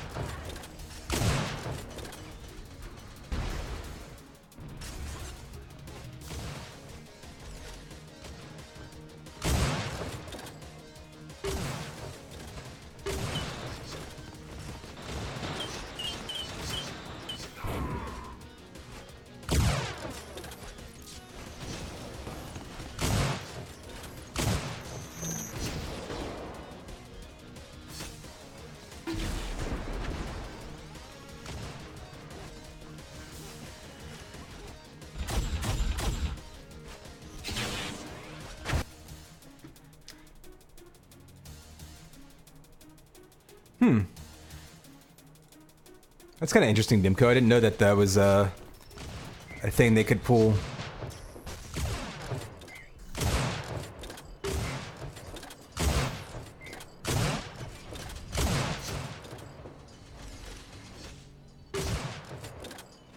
So anyone familiar with this map, this was, I believe, the first, like, for real CTF map released for the game, if I'm not mistaken. Karante leave it. So maybe SOW just wanting to go ahead and play 4v4. Alright, so SOW playing 4v4. Gek's going to be in, Karante's going to be out. And here we go. Players are ready. It's game time, baby. Connex 5. We are here in map 2 of this match. ADR versus SOW. We just saw ADR taking Sinosier. Now we're going to be on Titan Pass. Classic CTF map in this game. Maps are going to be moving quickly as they're on this wide open stand. You got an amp back up behind it, so watch for the enemy offenses to try to take their opponent's amps to try to control them. That would be a big turning point of this map. You also have the armor right below the flag. There's also a shield belt in lower mid. We'll keep an eye out in mid once we get to that point. See Loser right now trying to get a quick grab. He is so aggressive on the stand. Diving down into mid. There's so many paths to get into mid quickly. Oh, pistoning all the way across. Nice sniper shot comes out. That flag's on the ground, and that'll get sent back to the flag stand. And shield belt will be spawning, however. It looks like Loser's gonna take that. You see down here in mid, a lot going on in mid, but ultimately it's basically just a ditch with a bridge across it. Loser's got this. He can piston all the way back home after getting that shield belt, and he's gonna do just that. See, he's already back in his base. Oh, misses that last one back up to the stand, so he's gonna have to buy some time. Blue team's gonna have a chance to try to get in there. They get the flag moving. Kill comes out. Can anyone get their return? They don't. It's gonna be right by the stand. He's underneath trying to buy some time. Is Raja. So he's gonna be back up. They do clear one person out. Flag, Seth does grab that flag, sort of just a desperation grab. He's going to be on the stick as Rage. As soon as they return this, that's going to be the first cap there for Red. And Loser waiting to grab that flag one more time. You see him missing that jump. You can actually dodge back up to that bridge, but it's really difficult to do. So he's just going to be sneaky instead. Gek had that flag and amp. Red flag gets returned though. And Loser now might be trying to time. The shield belt's actually up. It just got taken by Rage. I wonder if he's waiting for that 100 armor. I wonder if he's going to look for an opportunity to sneak through. Yep, he does just that. You see him pissing across mid all the way into his lower base. It doesn't look like Blue has seen him at all. Nobody's got line of sight on him. He might be able to piston straight to his stand. He's gonna do just that. Oh, he overshoots the mark. Blue might have a chance now to stop him. Oh, they do get that last second grab, but they might have got killed in the stand. I didn't see what happened there, but it didn't get the flag moving. He's able to cap that one in. And now M2 is gonna keep this flag moving as they are just, once again, that revolving door offense putting so much pressure on that defense. And Titan Pass in particular can be an extremely quick map because as soon as you grab that flag, it is literally all downhill. I'll give you an idea of what I'm talking about.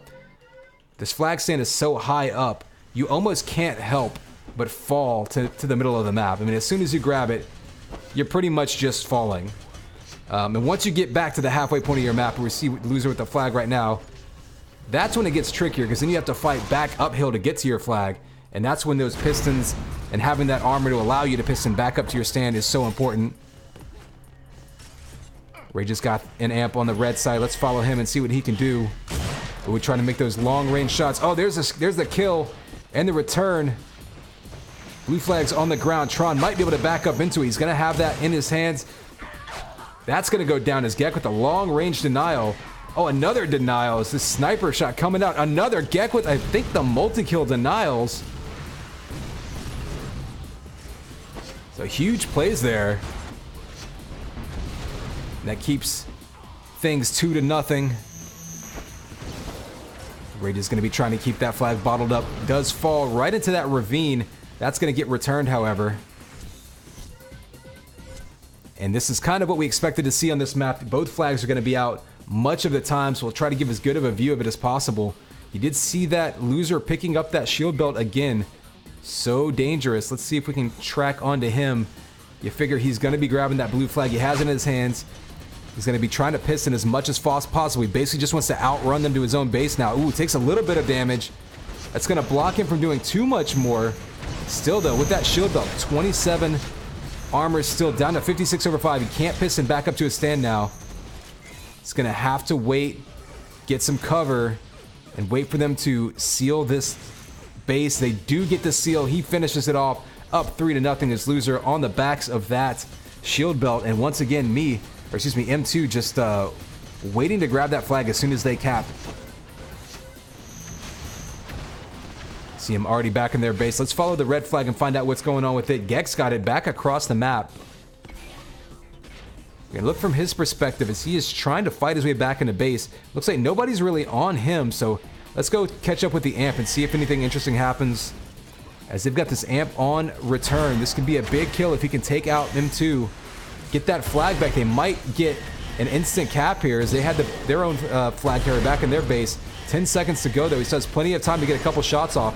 Oh, just misses with the rocket. Not able to get that as the flag carrier drops right down in front of him.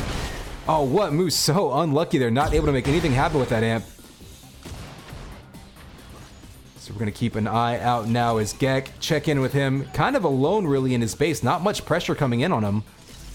Interesting to see the red team pretty much entirely occupied with covering their flag carrier. Although M2 now looking pretty healthy. Running around his base, picking up all of that armor. Does take some damage from that, so they're breaking him down slowly, but he's still at 50 over 50. He's going to need to be careful. A sniper shot. Oh, Loser maybe trying to tell him to get off of that dangerous pedestal right there as he was just right out on the balcony. He's going to be waiting. There's that 100 armor, so Loser with a cover, M2 with a flag. They're both relatively stacked on armor here. And look at those amps, though. You do have the first amp over here in red base that will be spawning right now. Whoever can grab that and take that on return is going to be in good position. Prism's all over M2 right now, though, so he could throw some rockets his way. XP killer on him now. Loser, though, grabbing that amp. Going to try to do some work clearing out these attackers. Oh, actually, there's the return. Another grab. XP killer is going to be on the run. Loser's going to be tracking him down. Sniper shot in him, so he's going to be weak. If they can return this flag, this will be another cap for red. Actually jumps off the stand. I think that was an accident. Oh, he does make that jump, though, to the stand. So scary. You try to make that lift jump. If you lose it, you end up on the ground. You don't want to see that, but up 4-0 now. 2.5 minutes left in the first half. Give you a quick look at the scoreboard as things have settled down just a little bit after that flag standoff. M2 running the flag yet again. Gek with it in his hands on the blue side.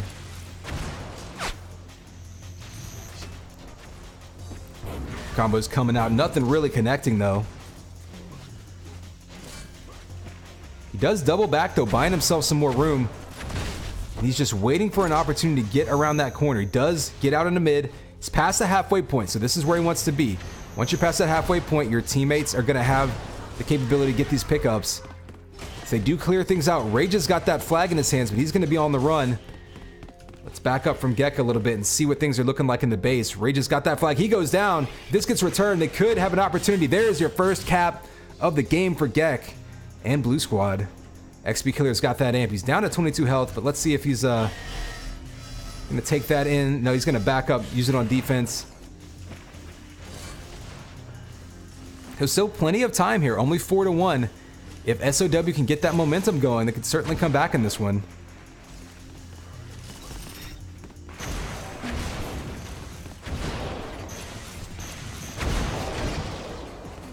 See that amp up in red base.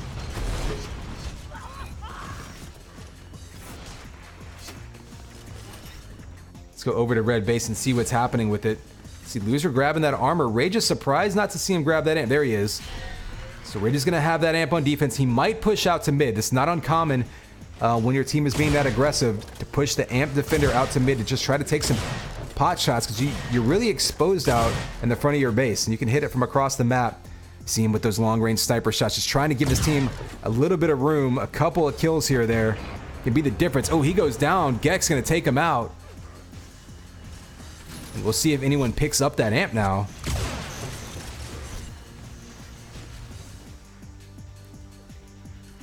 Both flags are back on the sticks.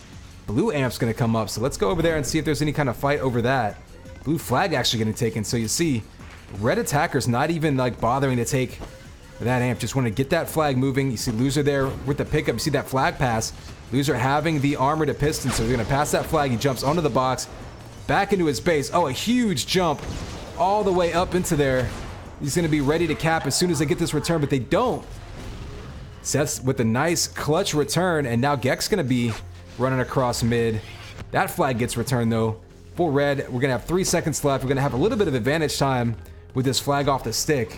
I don't think it's going to be enough to matter. So going into halftime, 4-1, it was all ADR early on, but SOW able to come back and at least kind of extend things a bit.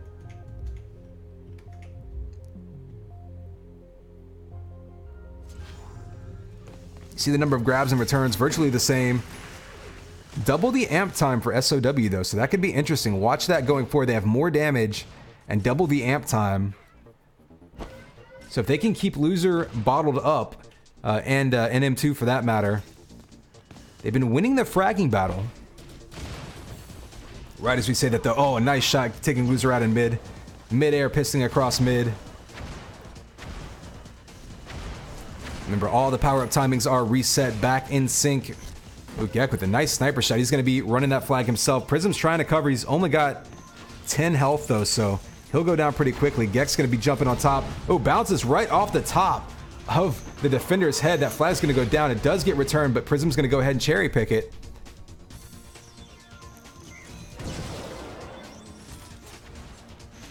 It's in kind of a tough position though because the defenders were already in mid to cut off their last flag carrier. So a tough move there. Loser will be in his base with the blue flag. Pistons, oh, straight up to the base, and that's going to be 5. And it looks like we might be playing a 5 limit. Okay, there might be a 5 cap limit mercy rule. So not first to 5, but first to win by 5. So if red can pull one more across, I think they'll win.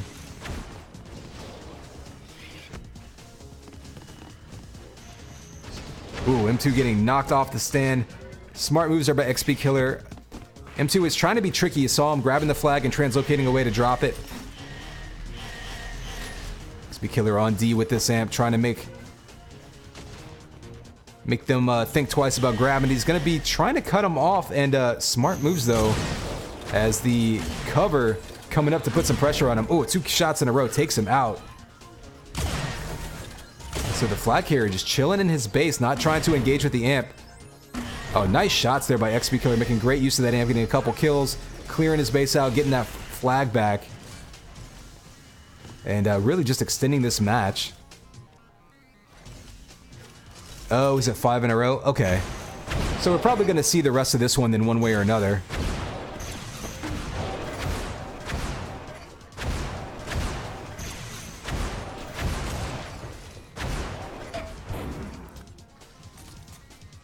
And again, smart moves there by the defense to see the loser waiting for that flag. So they're not going to return it. They're going to make him come to them. As soon as he gets close, he's probably going to return it. Yep, there's this textbook capture the flag game of cat and mouse there. M2 going to go down. Loser's still in the area with some shield belt, though. Well, with all the shield belts. So he's going to grab it. He's going to be able to piston. And again, back in his base, has cover behind him. M2 very quick to get back to that flag. And a nice pickup there. Blue's all over them, however. They're going to need some other teammates to come up and clear it out. A nice pickup by Losers. He's going to piston straight up to the flag. And a nice pickup off the drop there. So some textbook capture the flag offense coming out there. And that'll do it for ADR taking out SOW in the capture the flag round. I believe we are still going to see DW versus SOW. I'm not 100% sure on that. But anyway, we're going to back up to this, back out to the hub and let you know if we've got more for you.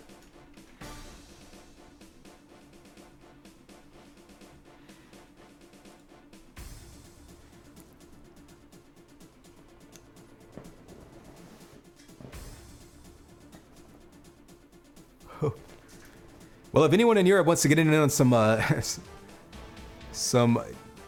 giant blitz action, there's a 20-man server full. Not bad for the middle of the night, right?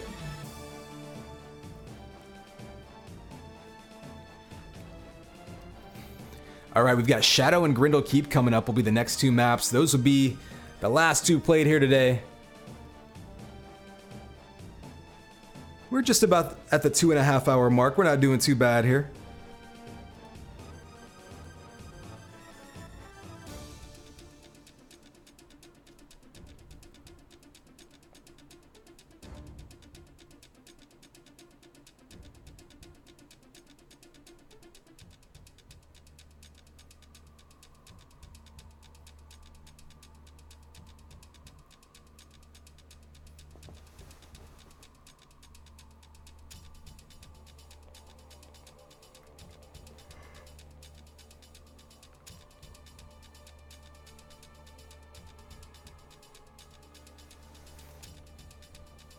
It looks like both teams are probably still around based on seeing the hub players, so we're just waiting. Oh, they're going to go to UK. Okay.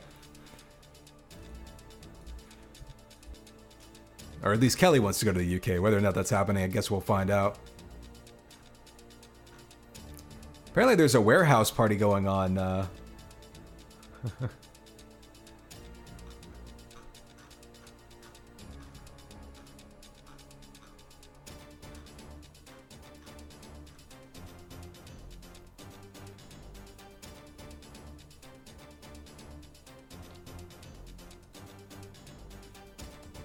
There we go. Still some pugging happening too.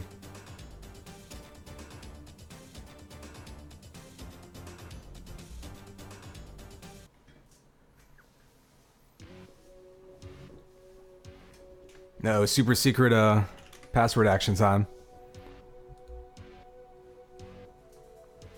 All right, Shadow downloading pretty quickly.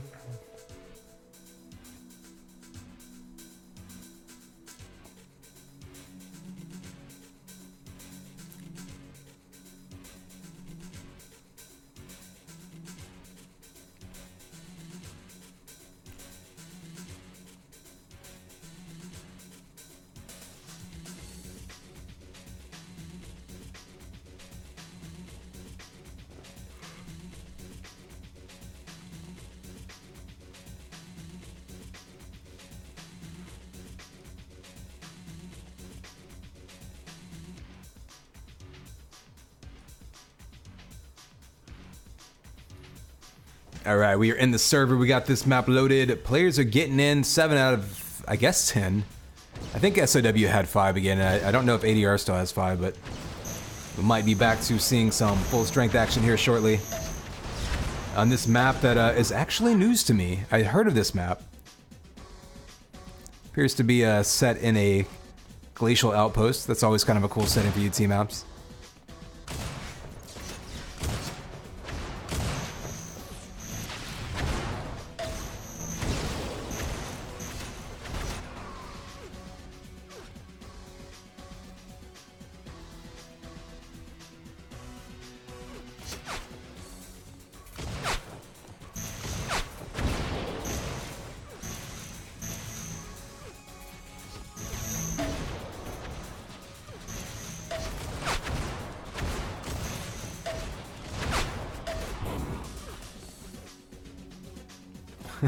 You see Kelly teabagging all of these corpses in warm-up mode, so keeping it sassy, even after 2.5 hours of matches.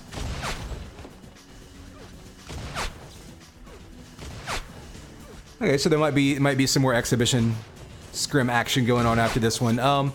Yeah, I mean, if we're the way things are looking right now, I was planning on doing this until like 6 o'clock. It's only 4:30, you know, my time right now, so this is actually pretty far ahead of schedule. If people want to watch, I'll keep casting. My voice is kind of going though, I'm not gonna lie. I guess I just got too excited from that sweet bunny track action.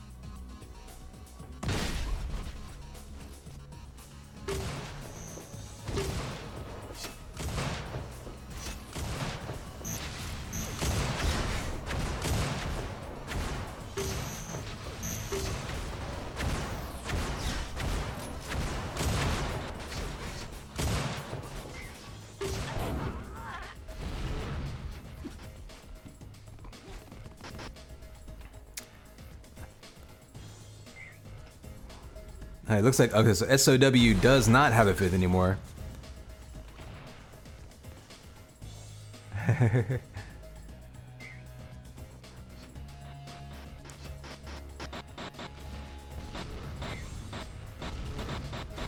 Huh. You know, Kuzki, I never actually noticed that the bottom of emotes run into the top of them whenever you do multiple lines. I wonder if you could do something cool with that.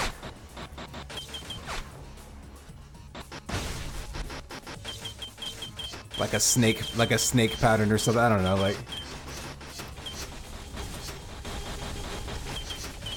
I've never actually seen that done in chat before. I guess the whole trick to it though is that depending on the size of your window, it wouldn't even, you know, it would happen differently, but yeah, wow, there's a lot of overlap there. It's like a Mad TV fold in.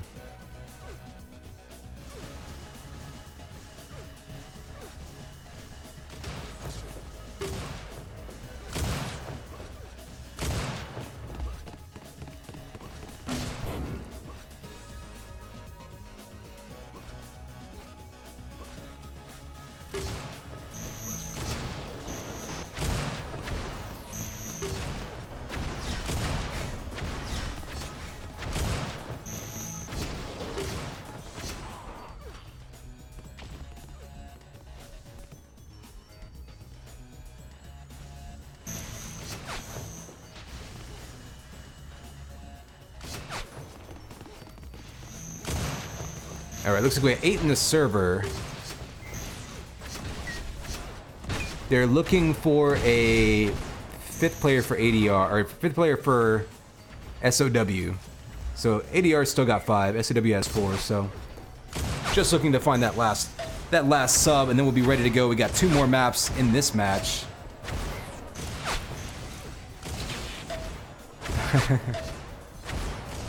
I mean, looks like it's basically an open call now. If anyone wants to sub.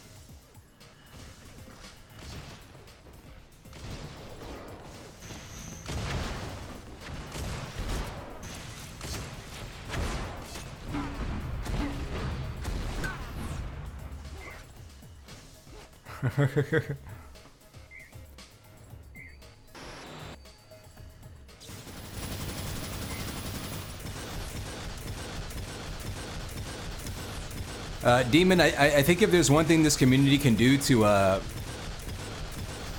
you know, to help all of us grow as individuals, it's hold each other accountable. So, actually, Demon, I think you should probably show your report card to everyone.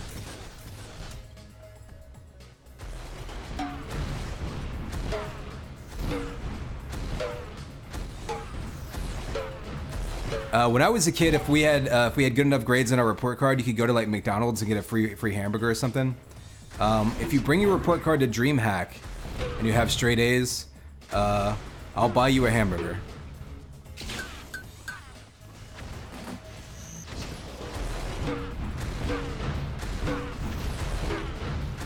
Or a Happy Meal. There we go. I think that sounds like a fair deal. Anyone who brings their report card to DreamHack and their straight A's, I'll buy them a Happy Meal.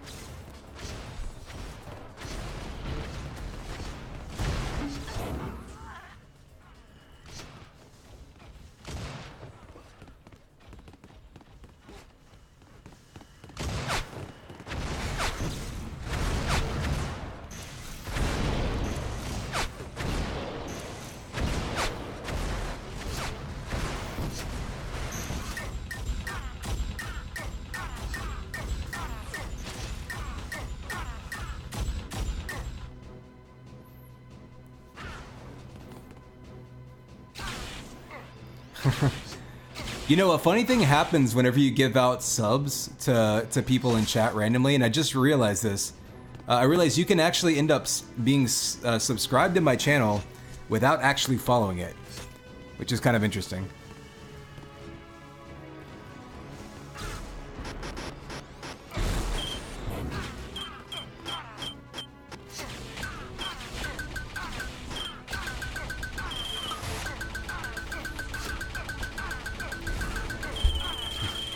Okay, I'm gonna tab out of that to spare you guys the constant hit sounds there. Again, they're just looking for a substitute fifth for ADR, or maybe a substitute fifth for SOW. I think ADR still has 5. And then we'll get into these last 2 maps. One step closer to dinner time.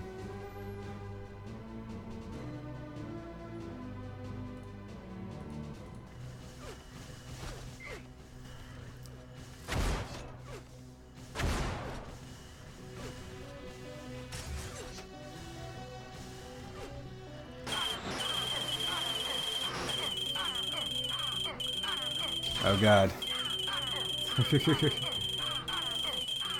Okay. Tab me out again. Spare your ears. There you go. I mean, they might just decide to play 4-4 again. We did see that earlier. Getting later into the night.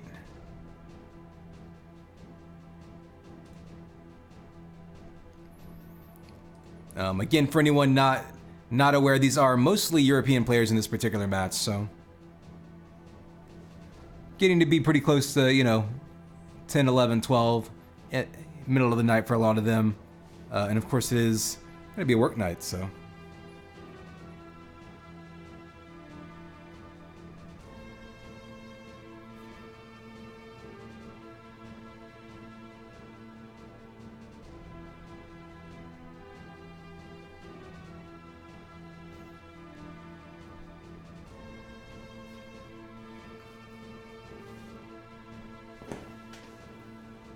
Cube. Looks like people are already saying your name.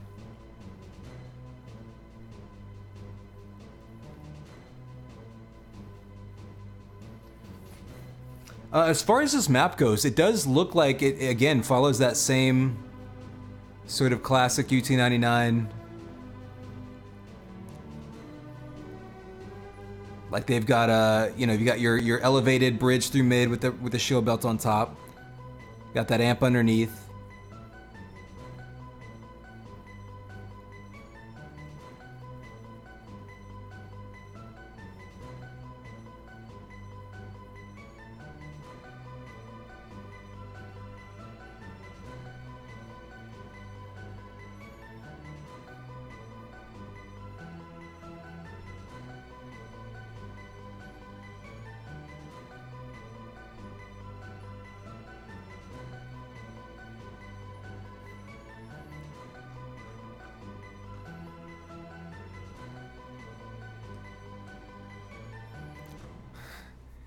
Kuzki, did you just follow me for the first time?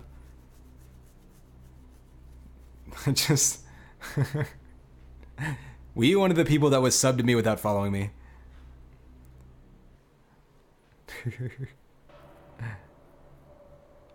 Oh.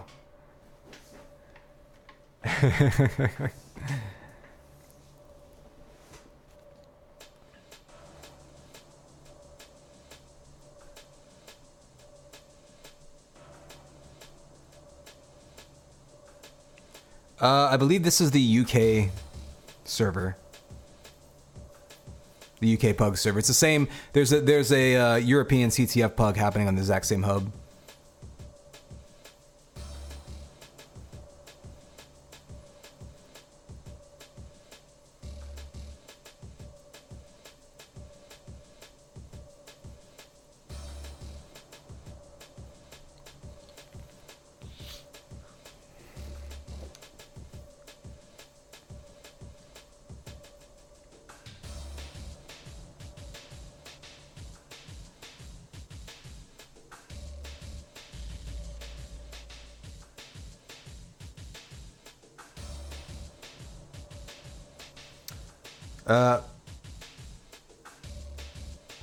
Password is just Pug.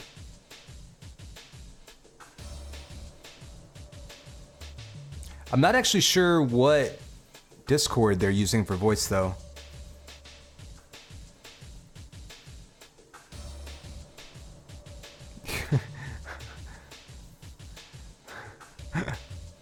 Yeah. Yeah. Demko, I see what you're going for. Passing the catch. I see it. But yes, it definitely came out backwards.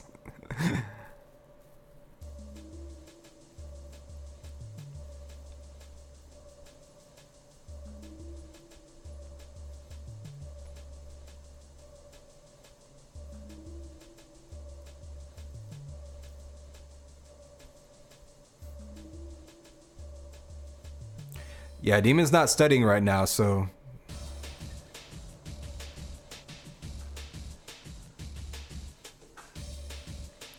He's jumping in this game, and he's gonna go right back to the books. That's all. Like I say, like you gotta have straight A's, and you gotta bring your report card. And anyone with a report card with straight A's at DreamHack, I'll buy him a cheeseburger.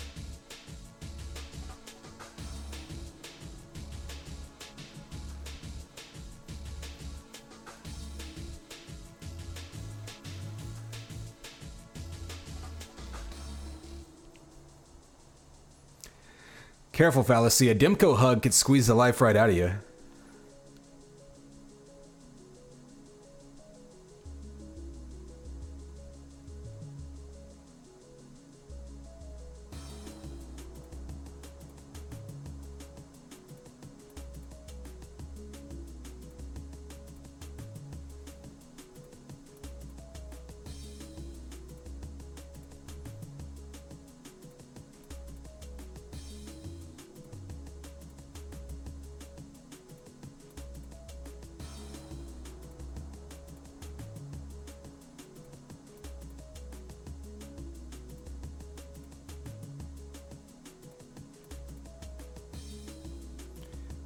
All right, so I see 10 players in the server.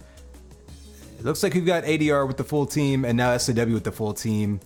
I'm not sure. They might be getting everyone on voice chat together now and figuring out the situation. We had a couple substitutes come in last minute.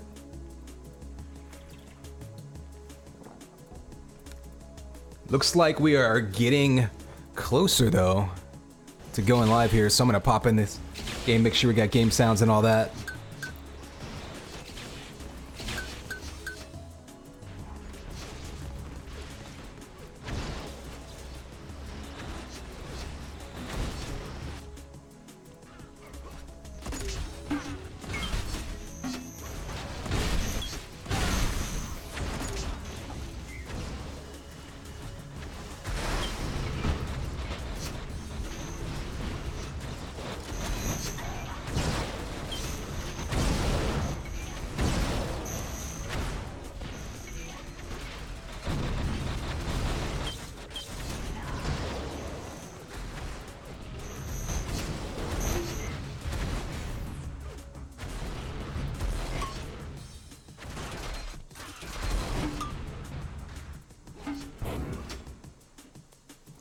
All right, looks like we are all ready to go now, so wake back up.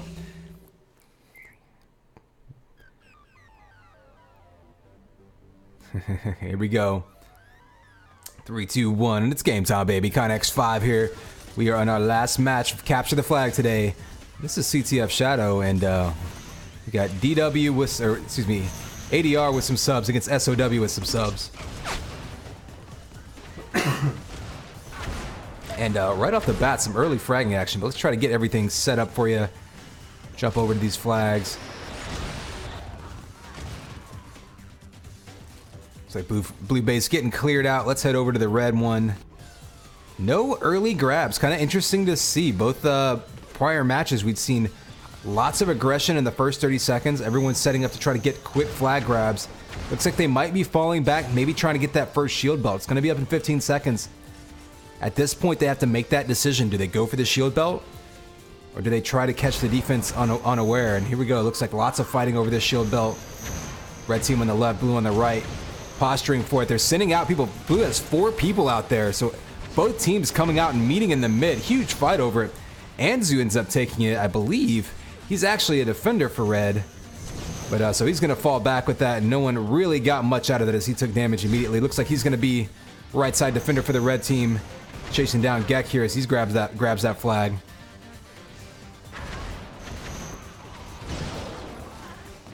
So it looks like we're going to have Flo and Anzu on defense for red as they fight against Demon coming in. Let's see what the blue team looks like on defense.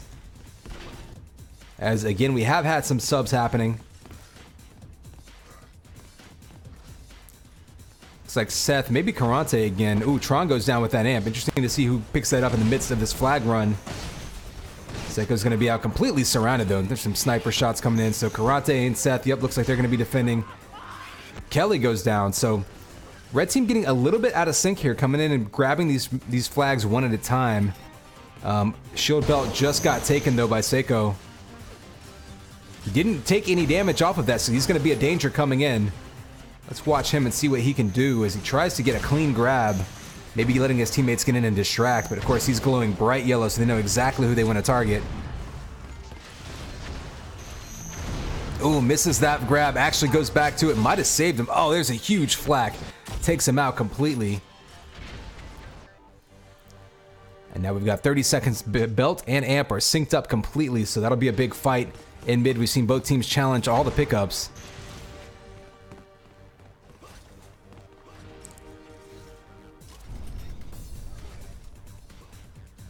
And sorry, I keep saying ADR. It's DW on the top and SAW in the bottom. But DW has had so many subs. It's basically a pug team. And then SOW has Demon subbing for them.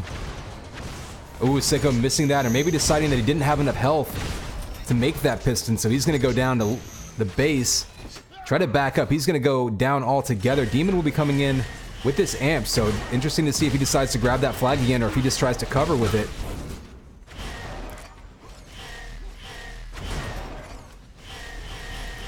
See him covering from a distance, just trying to get out as much damage as possible, but not quite in position there as the flag carrier kind of took off without him. We're going to watch the red flag on the run now. It's Prism making it past the defenders. They're going to cut him off, though. So both sets of defenders right now doing a great job of following up on these flags and finishing off the returns. Let's follow Enzi right now. He's got a little bit of armor. He's going to be able to set himself up for some success here on defense. See what it looks like from his perspective. Oh, a huge combo coming in. Following it up with some primaries, so tons of damage output there. Demon got the flag, but he's not going to be looking very healthy.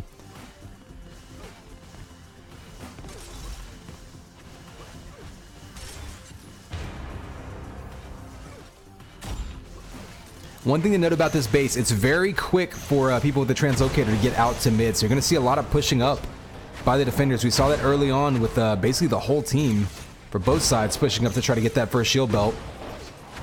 And we'll probably see a lot of roaming from the defenders as this match goes on. We did see that amp just taken by Demon. He's only got 1 health though, so that'll get dropped.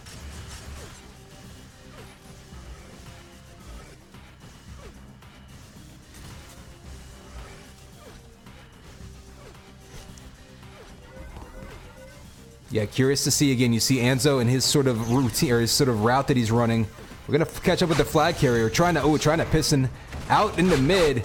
Seiko's gonna have a chance to get into his base. Gonna need to get some cover though, because he's got blue all over behind him. They're gonna try to seal this base off. We've seen them do a great job of that in the past. They do just that once again, and DW again with great, even with the subs, great seals for their flag runners, and a good job covering them back all the way to the base to lock that cap down.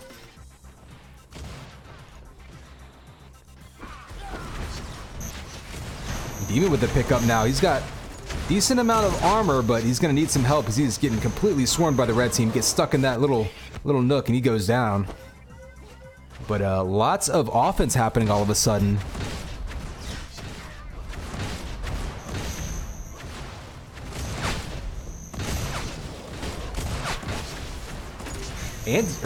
Prism absolutely just dancing his way through mid. There's the pickup, but that flag's still on the ground, and that'll finally get returned. That was such an elongated fight right there.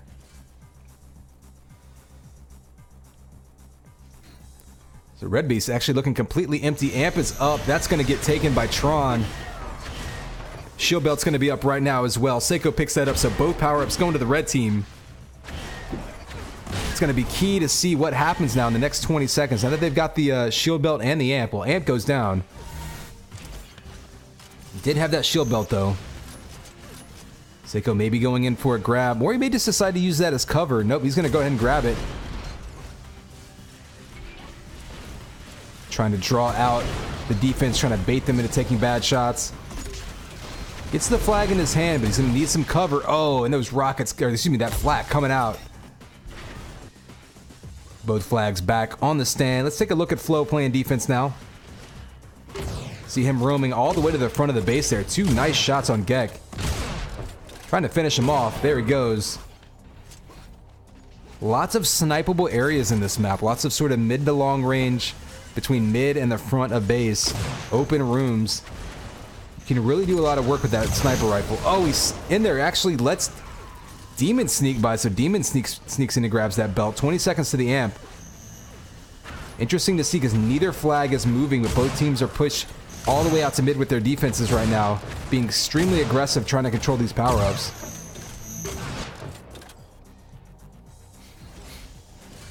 So let's go back and take a look at this amp, see who fights over it. If anyone even has the timing on it, it might not be the case. Tron's gonna grab it. We'll go on board with him. Neither flag really getting much movement recently. But if you can get an amp up on offense, you can change that in a hurry.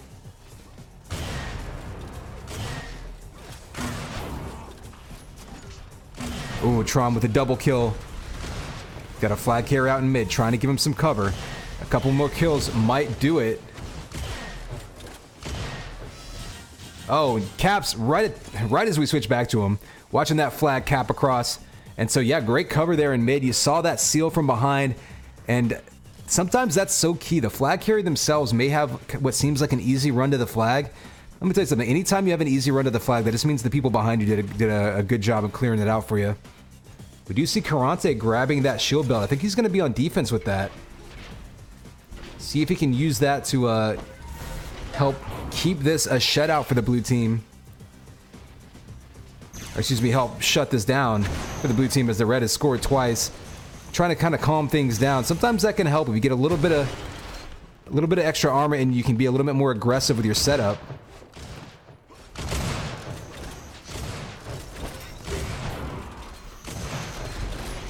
Kelly on the run, but no real cover to speak of. We'll try to catch up with that flag.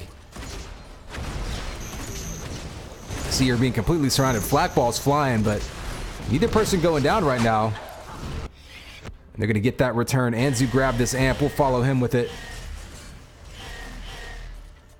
See him throwing that translocator through that grate. Trying to get the big combo on Gek. Doesn't take him out, though. Follows it up, though, nicely.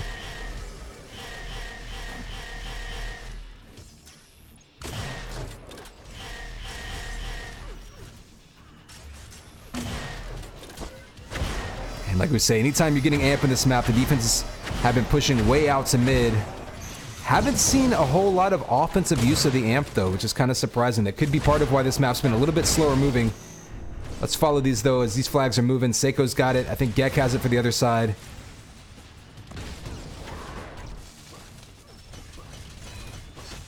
Red pistoning back up to his stand. I don't know if he knew that flag was gone.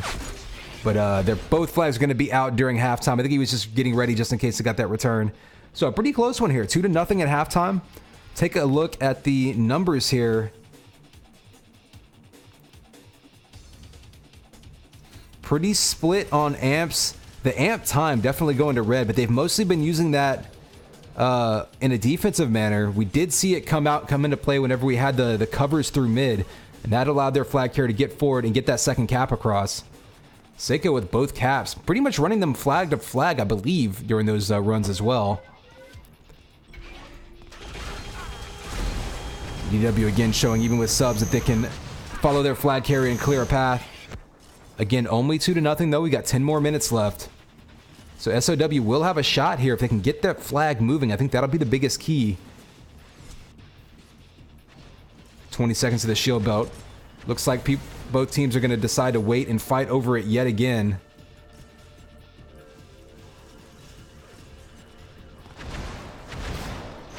So with 5 seconds left, both teams collapsing in on that one. Actually, blue not pushing out as much as red just yet.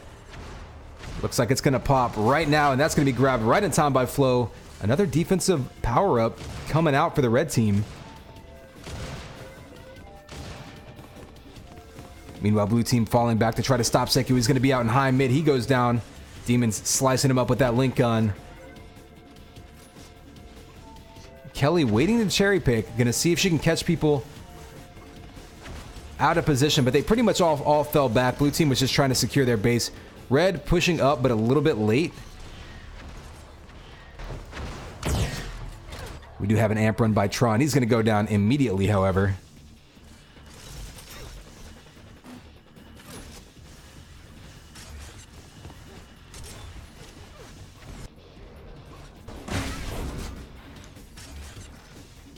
So a little bit of a lull here. I'm going to follow Seth as he's going to be on defense for the blue team. See what things are looking like. They've kind of slowed down. They give up 2 caps in the first half. But they got into a bit of a rhythm there, and you see him taking out the shield belt grabber. So, you know, not as good as getting the power up yourself, but definitely negates the protection, and that's just as important.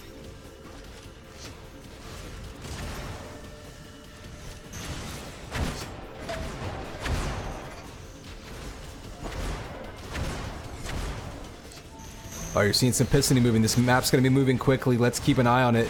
Looks like he had some armor.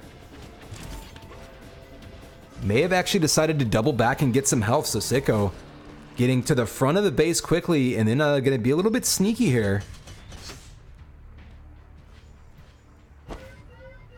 He might be, I'm not sure what he was looking to do there. Maybe just trying to get a peek out to mid through that hallway, or through the window there. He picked his time perfectly. He's going to be back on his base. His flag gets returned. He could piston up top. Seth was there with the kill, but he does get up there. There's the hat trick for Seiko with perfect timing. You saw him with that hesitation. An interesting move there, pistoning up just to get a view out to mid.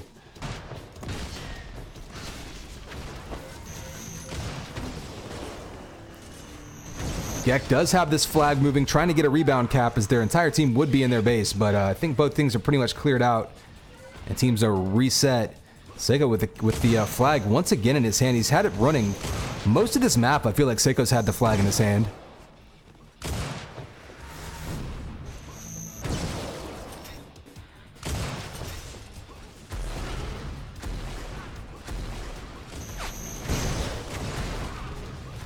Seiko out to mid. Rockets finally catching up to him. That flag just on the ground, however. And they're going to be able to get that pickup. Kelly just runs right up to it. Nobody ready with the translocator to get the return. And now she's going to be back in her base. Seiko able to get his flag back. He does go down, though. Will they actually get that return? They do.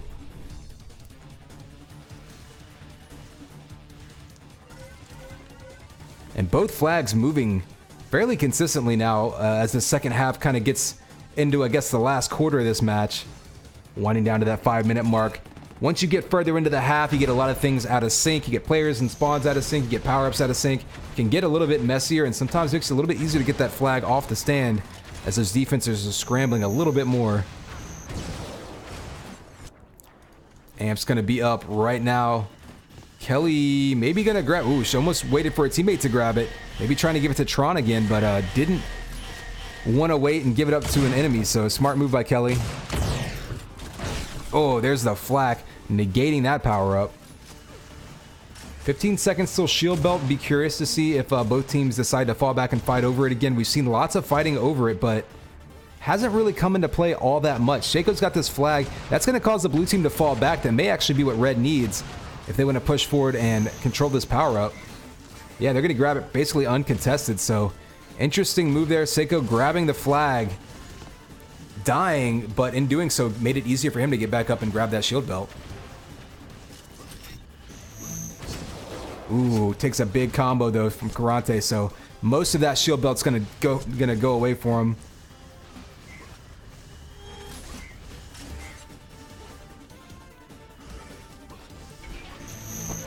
Ooh, another big combo to the back. So Seiko, as we've seen throughout the match, almost just constantly having the flag in his hand, but not going very far that time.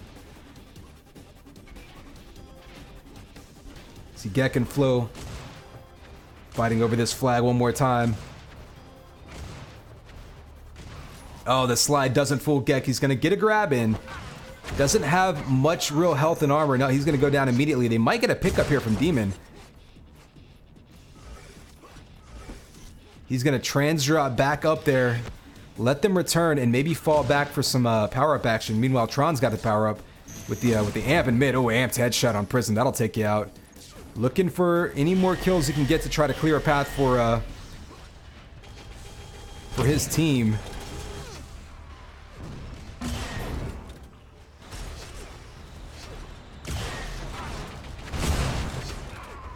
And the cover right now just absolutely decimating everything in mid. Let's go see where Demon is with this red flag, though. He's actually right with the flag carrier. Both flag carriers go down. Everything's all over this red flag. It gets annihilated over and over. And they finally get the return there. So a huge, messy fight there. Ultimately, that flag going back to the stick, though. We're down to just about 3 minutes to play. This one's gotten a little bit messy in the second half as we saw DW take a quick lead. But both teams being a little more controlling of their flag. And every power-up is that much larger. We've only got a couple more amps and a few more shield belts that are going to pop here. Well, we got a little bit of a lull. I'll let you peek through the scoreboard. You see Gek and Seiko being the primary grabbers for both teams. Seiko with 200 seconds of the flag in his hand. I feel like the flag has just constantly been in his hand. Right as we say that he's grabbing it again, we do see the red flag moving with Gek. The key to what's been translating into caps has been when they have cover. Let me see Seiko here getting out in mid yet again, but of course, 3 defenders going to jump onto you. Both flags go back to base. Looks like we should be due for a shield belt soon. Let's see who grabs that. That could be key to breaking through both of these teams' defenses that have really gotten a lot sturdier in the past few minutes. Seiko going to run the flag, maybe try to pick up the belt en route. Oh, he actually gives it up. Demon grabs it, so he's going to be back in his base. Interesting move there. Demon was able to grab that shield belt and cut him off. Stop the flag carrier.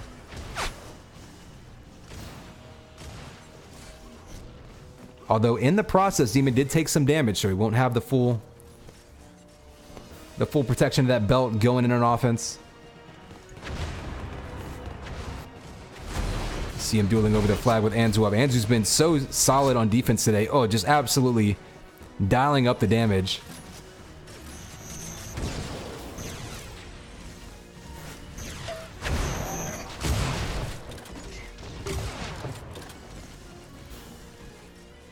All right, 1 minute left. This is going to be the last set of power-ups we will see. You will have Amp and Shield Belt spawning any second now.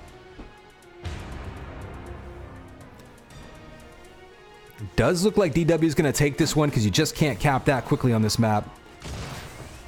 SOW was able to stem...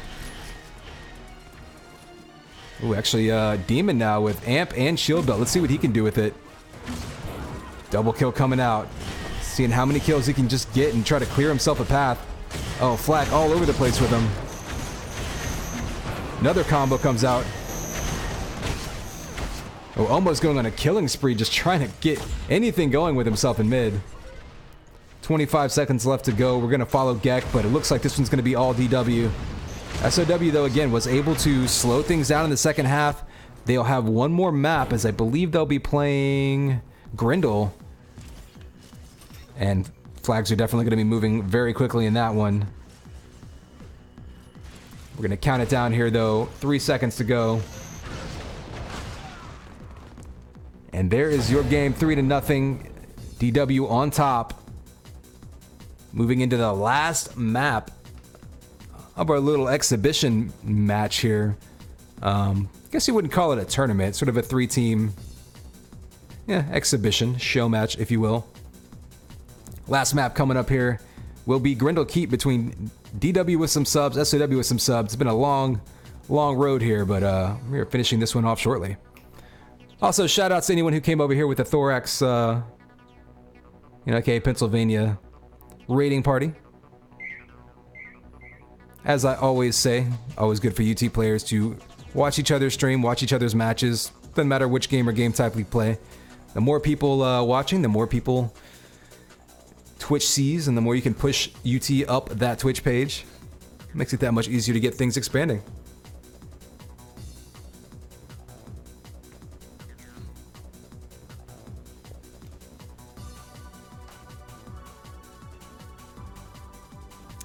Incidentally, I should mention, I'd been trying to contact DreamHack Montreal. I did actually get in touch with one of their admins, and it sounds like they're not super interested in running a UT. They're kind of like hesitant about adding UT as an official game this year, but the conversation has started. And so with such a big showing in DreamHack Dallas this year, again, the more people we get to show up, the bigger the tournament is, the easier it is to have those conversations. So shout out to everybody who has already bought their tickets for DreamHack Dallas. And anyone who's unaware of it, definitely look into it. We've also got DreamHack Atlanta happening, I believe, in November. So it's Montreal in September, Atlanta in November. November will almost certainly, I think it's pretty much guaranteed that it'll have a UT tournament as well. So anyone who is close to any of those spots and wants to join in, definitely look into it. We're going to have a huge group at DreamHack Dallas. It's going to be upwards of 50 players.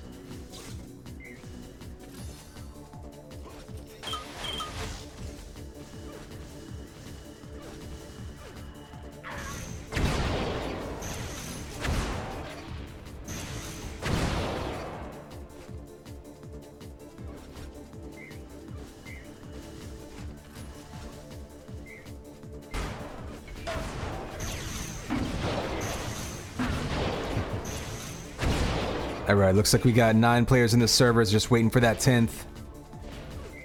It's actually, let's see, SOW, SOW.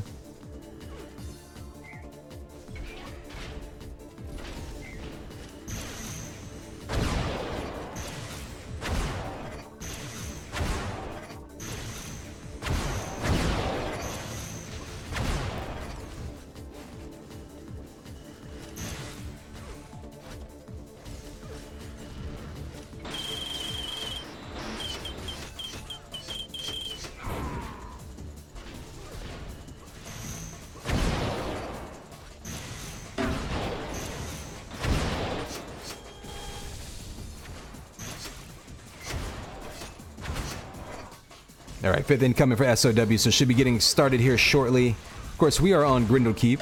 Everyone's probably familiar with this map at this point, if not. Originally a 2K3 deathmatch map. I think they actually played some duels on. I think Grindle Keep in 2K3 was a duel map.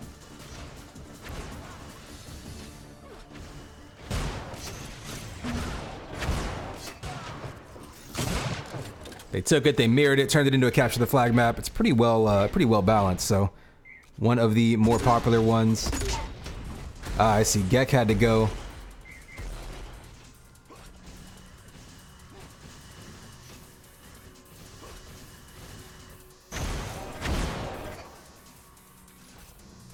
I think I remember watching Fatality play 2K3 duel on Grindle Keep at least one time. I think that's why I'm thinking of it as... Because that was back when the 50 armor stacked. So, like, once you got the 50 armor, you could just sit in that room and stack up 50, 50, 50, along with all the health vials, and just sit there with, like, a shock rifle. And, like, that was your strategy, and it was super boring to watch. So, Owner coming in has a sub for SOW.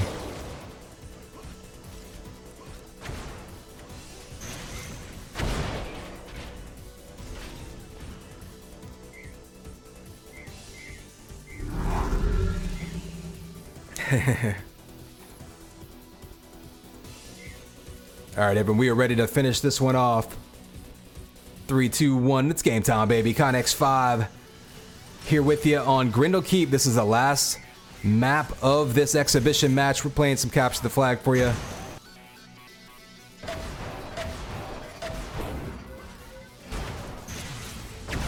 We're gonna follow this blue flag on the way out. You got the piston out. Seiko, who had the flag in his hand so often last map, just constantly had that flag in his hands. Looks like we had a disconnect for SOW. Not sure. I'm guessing that was some sort of crash. They're gonna go ahead and pause. They're only 30 seconds in. They might just try to restart it, but... Okay, we're gonna have a... So that's gonna be logging into admin to pause it real quick. See if we can get a 5th person in here.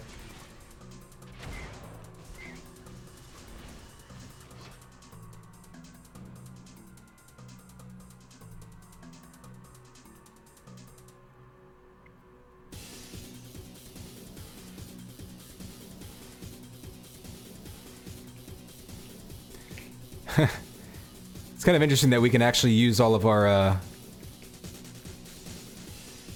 camera controls while we're paused.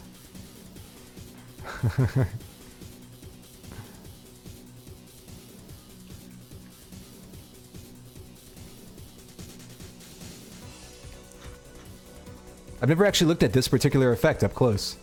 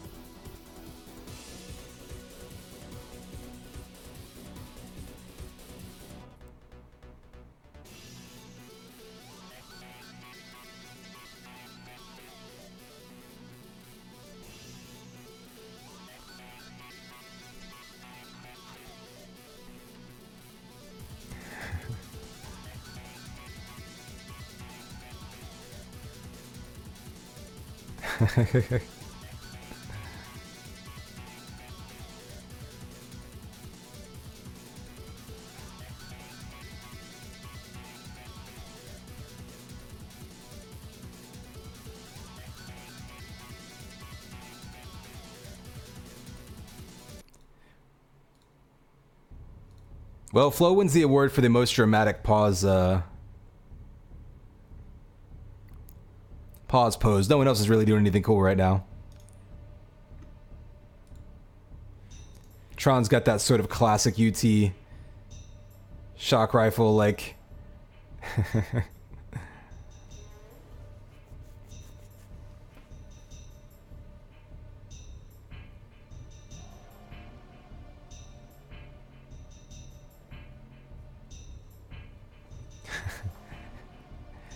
Yeah, the shock rifle is pretty insanely large. I mean, all the weapons in this game are pretty much oversized so that you can tell what they are. Like, when someone's holding it, you can look at it and see what exactly it is.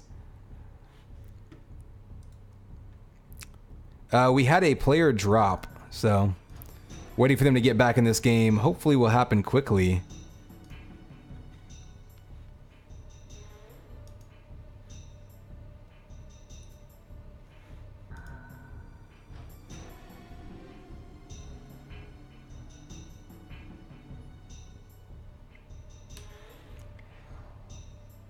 I will say I never noticed before that the sniper rifle seems to have a silencer on it.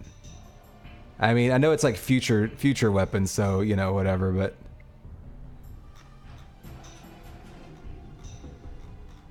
Did someone's mom, like, bust into their room and tell them they had to go to bed? I'm not really sure.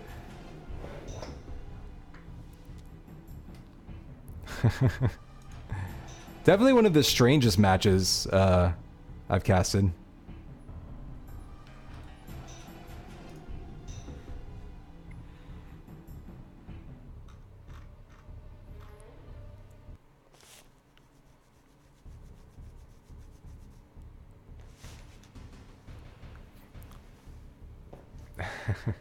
I like how this has turned from a cast of a match to a cast of Demon's Report Card.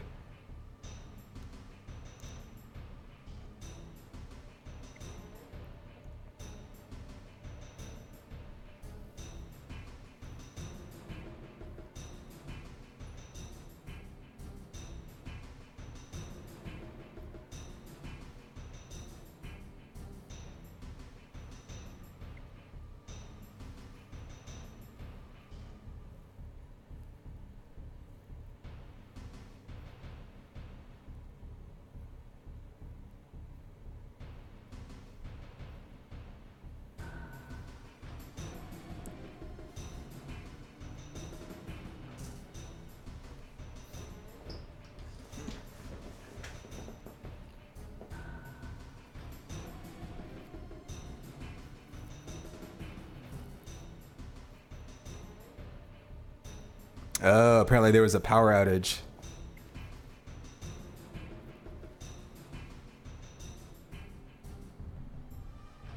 Nice. Yeah, I'm actually getting quite hungry myself. I mean, I ate a really big brunch. Actually, it was pretty much lunch. Because it was, you know, noonish. But, it's almost 6 hours ago at this point.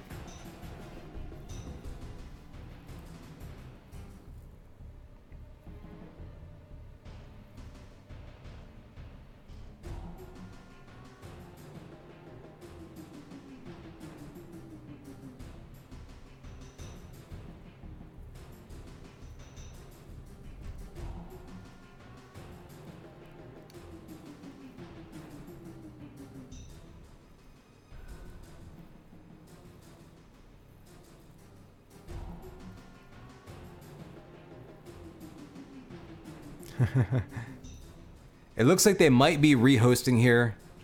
They're trying to get a different person.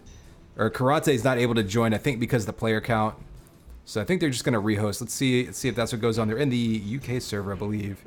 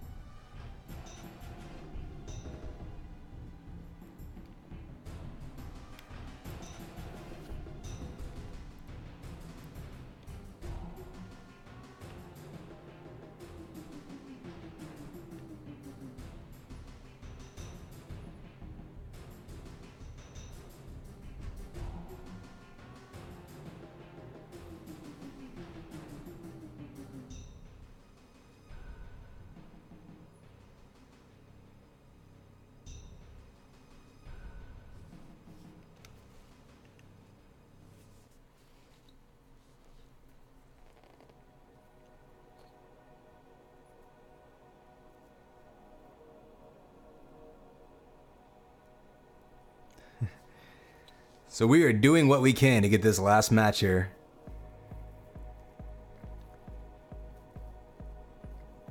Between people's family needing them to pull them away, or people needing to go to bed for work, or power outages. Like, really, we've just kind of seen everything tonight.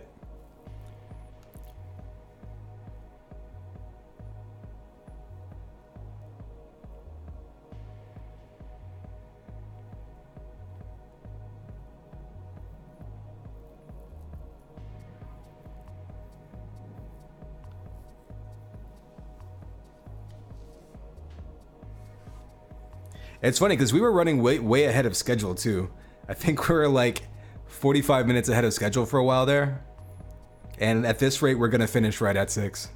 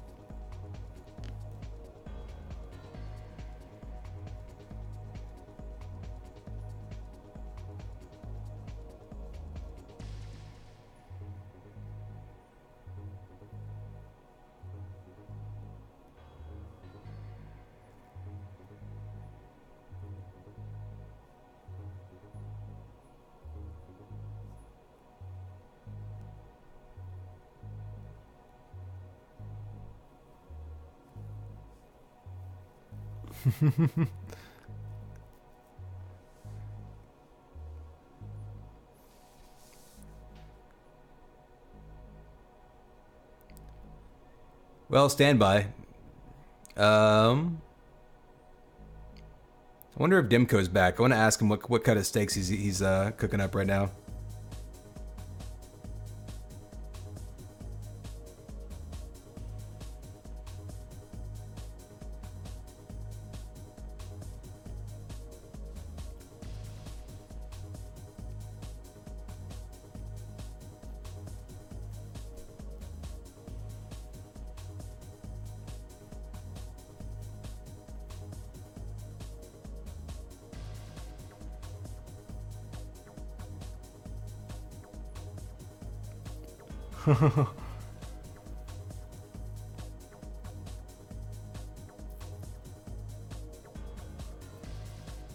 It looks like they might be calling it just because so many of both teams had to go offline.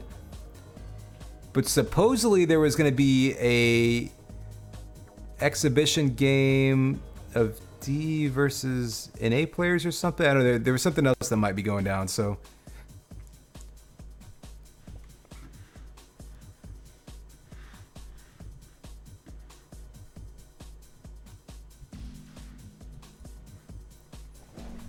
I'll stick around for a bit. I might just hop into a pub for a minute and see what gets organized in the meantime.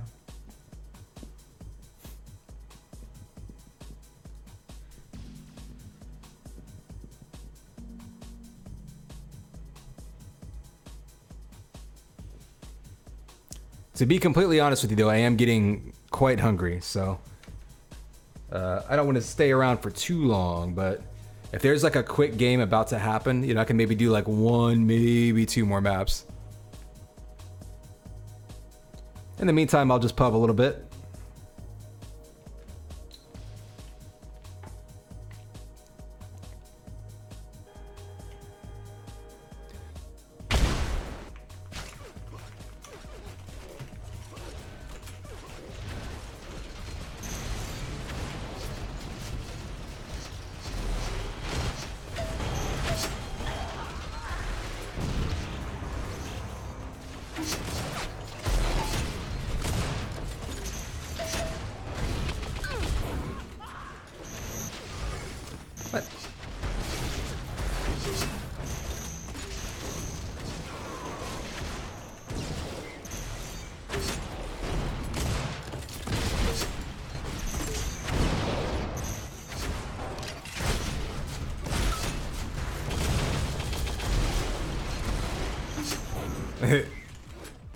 Oh, of course, Cyanide Scorpion.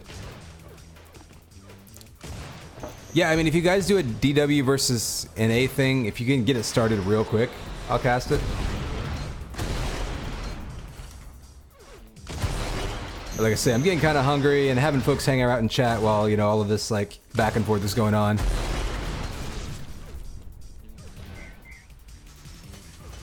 Okay, the Belgian hub. Alright, I'm gonna play one round here while people are getting organized there.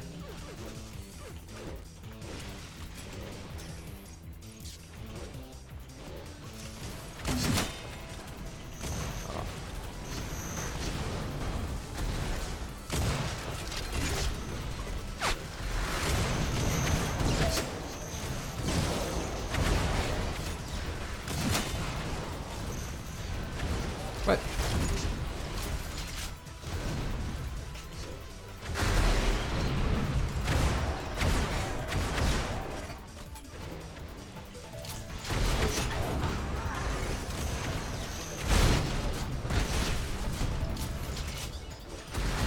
Oh, every time. Alright, after I get my elos from this round, I'll head into the,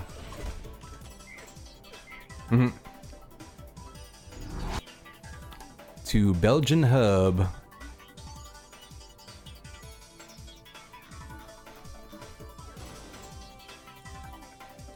No. I think they joined Germany. Yep. Alright, so we're gonna have a DW versus North American folks. Quick pub. I guess it's a scrim, really. Not quite a pug.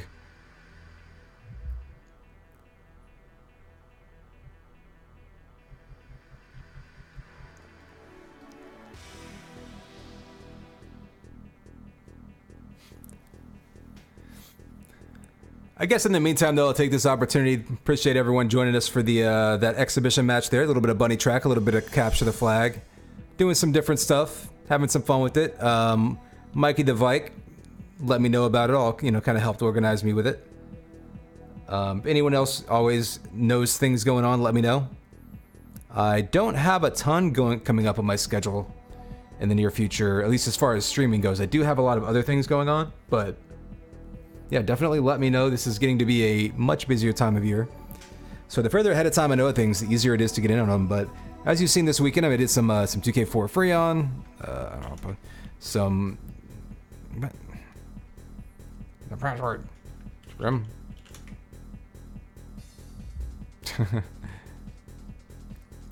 So I'm always down to cast new games, game types, whatever. I'll probably be working on some Quake Champions soon because I need to get into shape for that.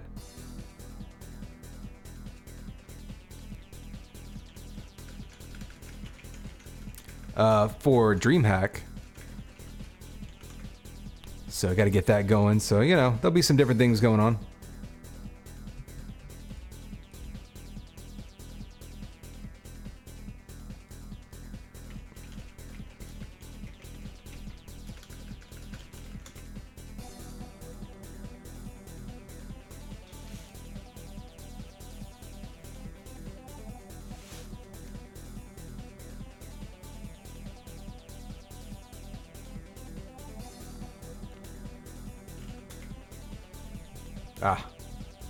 I forgot to try the other password.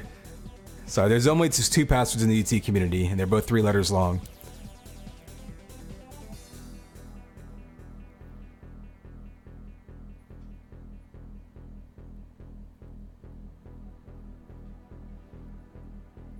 I may have joined that as a player, I'm not quite sure. Nope, I'm good. Okay. That explains why Constable just left that pub. So alright, we're gonna do a quick scrim, just for the sake of it, to finish off this cast.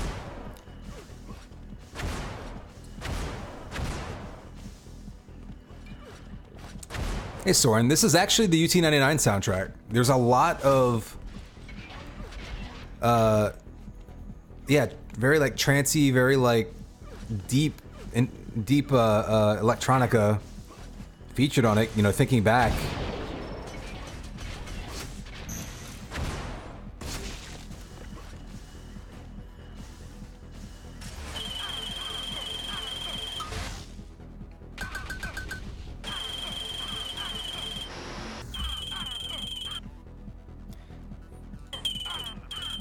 Like I think I would say probably Streets of Rage was one of the first early games with a big, like for real, you know, electronica soundtrack that was kind of mainstream. I'm just got it playing on YouTube right now, but yeah, you can definitely find the UT99 soundtrack available for download in places. But yeah, a lot of it's like your sort of industrial, you know, gaming stuff, but in an era when so many things were like metal and rock, and like any shooter game was associated kind of with like, you know, aggressive rock music. There was some sort of you know, a lot more ambient sometimes, and even the upbeat, like even some straight up dancey stuff. Like there was just a lot of electronica in the soundtrack that was kind of interesting. I think really helped play into its style of being sort of spacey and futuristic and a little bit kind of industrial.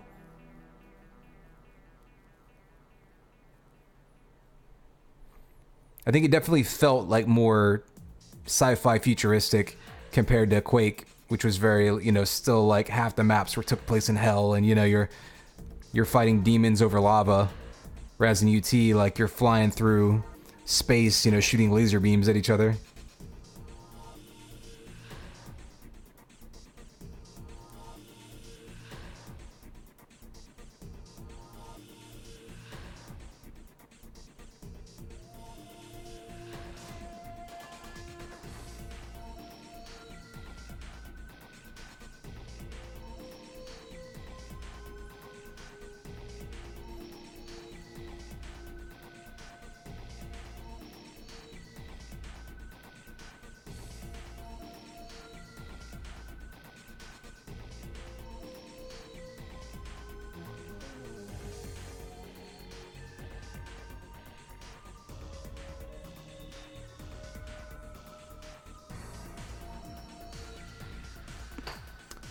That reminds me, I am going to set this back to the...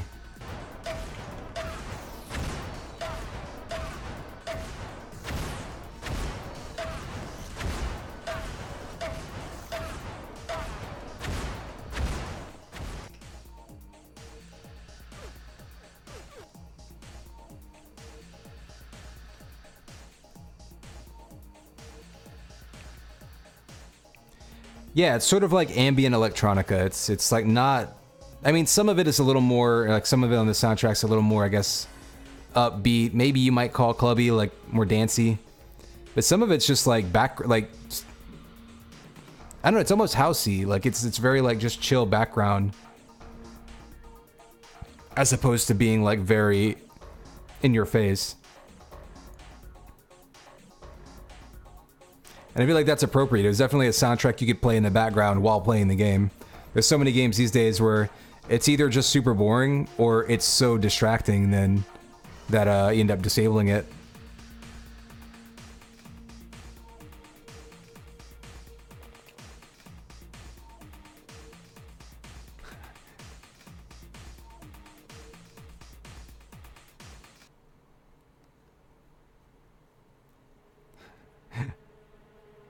I'm not sure what's going on right now. It looks like they've got 2 more North American players that they're waiting on. It's only like 4 to 6 depending on your time zone in the US. Well, I guess 3 to 6. So it's not too late for North American players.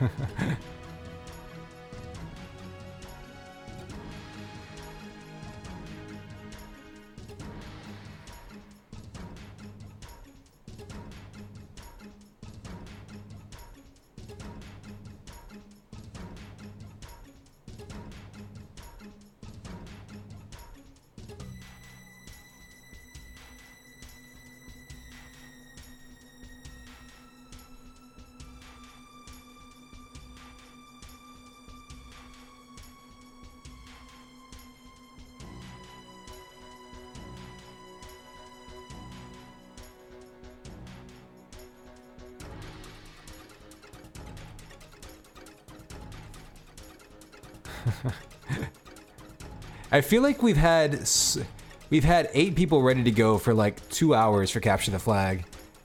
And then every match has been a struggle to find the 9th and 10th people.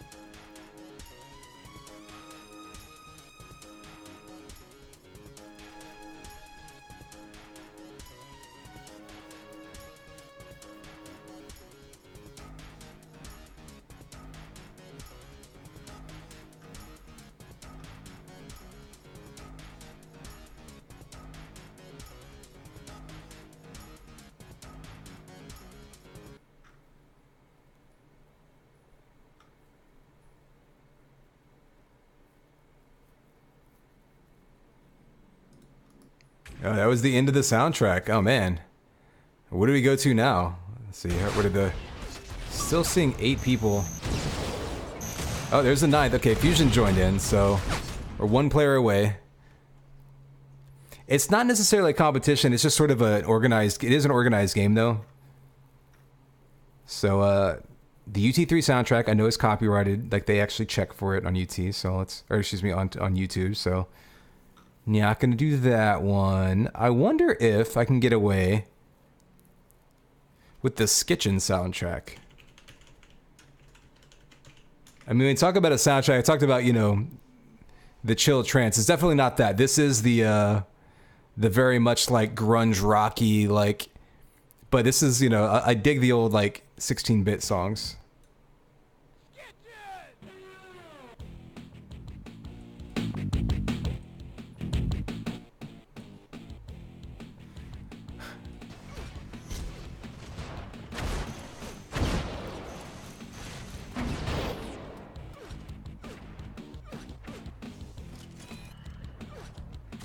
So hopefully this doesn't hit any copyright filters, although again, this is just going to probably be 1 map for me with these folks getting pretty late for me and them, the European folks at least. So we got Seiko's going to be on blue. You're still waiting for 1 more to join for the North American squad.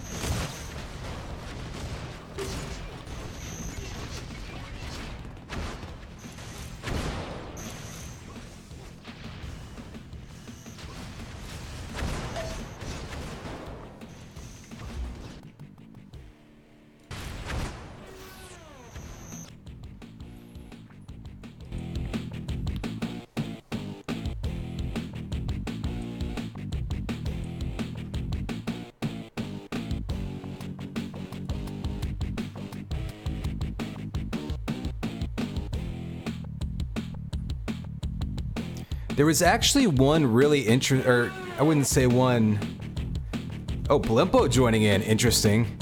Here's one song though that's not really grungy that I was, well, it is kind of grungy, but it starts off really interesting.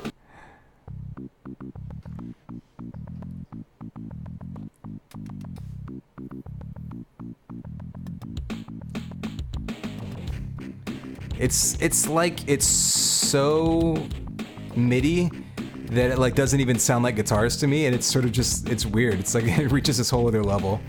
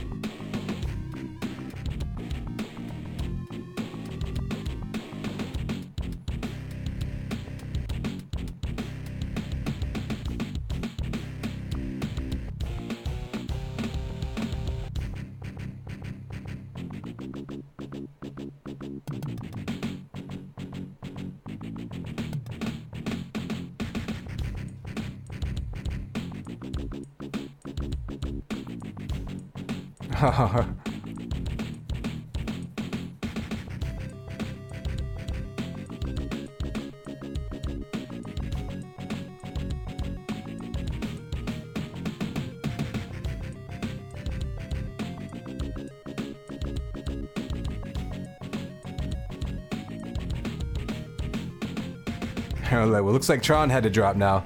People dropping like flies. Again, it is kind of late.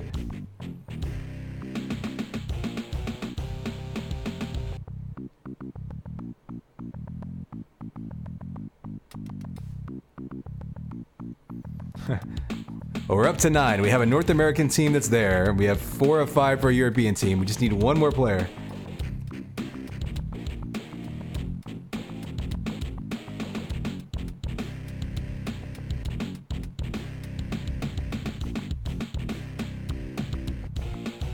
Well, Avalanche just left spec. He might actually be joining to play in.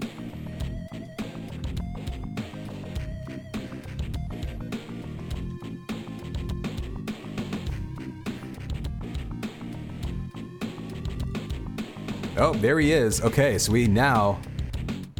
Alright, I'm going to set back the soundtrack a little bit. Turn it down just a little.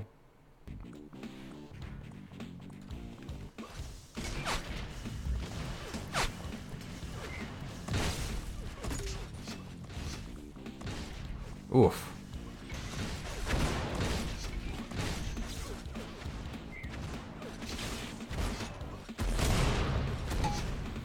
All right, well, I'm happy to announce that we finally have 10 players in, so at the very least, we can get us at least one map in here, maybe 2, depending on how quick we go through this.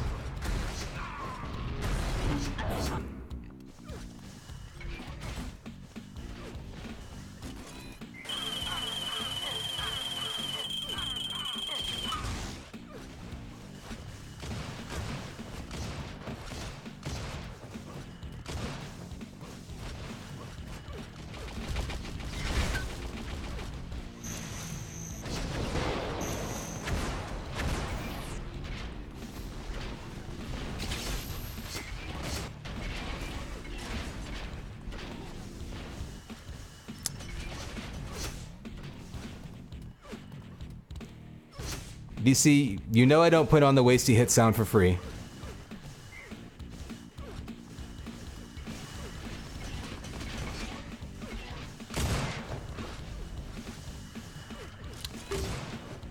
Yeah, that was before this map. I would have put it on that map if you had asked.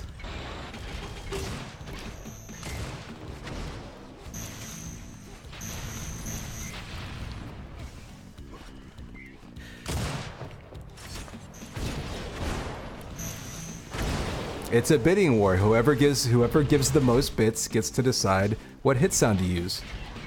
Right now I've bid 0, so I'm currently in the lead.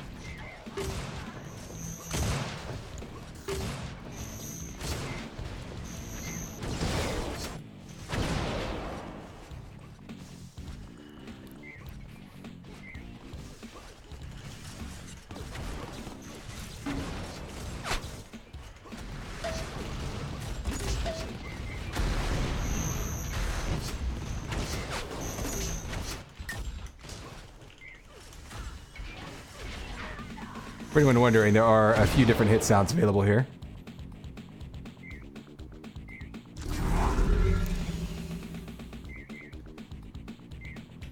Oh, looks like everybody's ready up. Oh my god, it's finally happening, y'all. It's finally happening. We're finally playing video games. Here we go. It's game time, baby. Con X5 bringing you this, I guess, North American versus European kind of pug scrim, you might say, at this point. Anyway, we're on Askanai's red flag. Getting absolutely run over. Seiko's going to be out already into the front of red base, but he goes down. And Septos, meanwhile, coming back in his base, just running straight ahead the whole time. So far, able to outrun the blue defense. They're going to need to get back and get a seal. They could come up with a big cab early on in a quick cab. Less than 30 seconds there, maybe 35. As Septos just grabs and runs as fast as he could. Didn't even have time for the power-ups to spawn, let alone fight over them. So catching their defense out of position. That sometimes happens on these maps. You get the defense still trying to pick up weapons and get in position. You catch them unaware. And they were caught sleeping there as they didn't even have a chance to stop them. See combos coming out on that. Looks like Avalanche was able to grab that shield belt. Let's see what he does with it. The blue flag was moving again, but it's going to go down.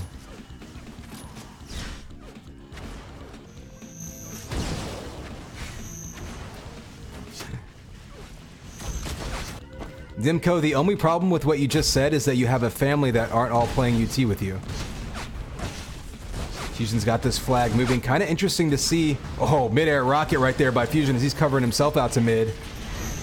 Pistons all the way across. Gets back into his side. Is anyone going to get that pickup? Oh, there's the pickup. Another pickup. Absolutely relentless. Blimpo with the clutch grab right there. He needs some cover. Able to get it. He's back in his base. They got one person to seal. It's just going to be Kelly. She goes down. Fusion actually takes her out. And there you go. Another cap for the red team as just some brilliant pickup work there, getting that translocator on the flag. Seiko, though, always has that flag in his hands. He can be extremely crafty with it. You see him doubling back over there. Doesn't really have much cover on that side of the map, though, so he's going to go down. Not getting very far there. Let's check out the blue flag room and see what that looks like. Inceptos immediately grabbing. I was kind of curious to find out, based on the roster, who would be running the flags for the red team in this game. We saw Inceptos going coast to coast. Fusion had the flag in his hands for a little bit, but you figure Blimpo's going to be running, so Fusion might be playing more of a mid-cover role. His fragging ability is certainly up to snuff. Ooh, double kill there, going down. And Inceptos, though, not afraid to grab on his own. He's going to be running out that door. He's got Flow above him. Gets out there. He's going to be in mid. I think both flag heroes may pass each other. Red flag gets returned. Blue flag coming back in their base. Inceptos coming in high right. They've got this base getting ready to seal it off. And Pissany back for a third cap. Inceptos. Demon with possibly a triple, possibly a multi-kill there. I saw him killing 2 or 3 people on the way as their flag heroes coming to the base. So great cover there. Kind of what we were seeing from DW's matches earlier in the day. Just getting all sorts of what they need, which is seals as their flag carriers coming in. So Blimpo and Inceptos, you see those running the flag. We're going to try to keep up with it. Inceptos, though, already back in mid. So far, he has mostly just been outrunning the defense. Finally, Answov gets the double kill, resets that flag, and Kelly's going to be on the run. She goes down. There's been very few times when this blue flag is safe for more than about 10 seconds. Someone is always grabbing it. Between Fusion, Blimpo, and Inceptos, that's going to be an extremely aggressive offense coming in. See Blimpo grabbing that flag just on the move. It's going to be so hard to keep up with these flag carriers if you're the defense for blue. Goes down in mid, but Inceptos with a nice pickup. Shield belt does spawn. Fusion grabs it, so if he needs to get a pickup, he will have that extra armor. Oh, and right there's another one. Inceptos with a hat trick already, not even 5 minutes into this game. Just relentless offensive attack. And so far it's paying off.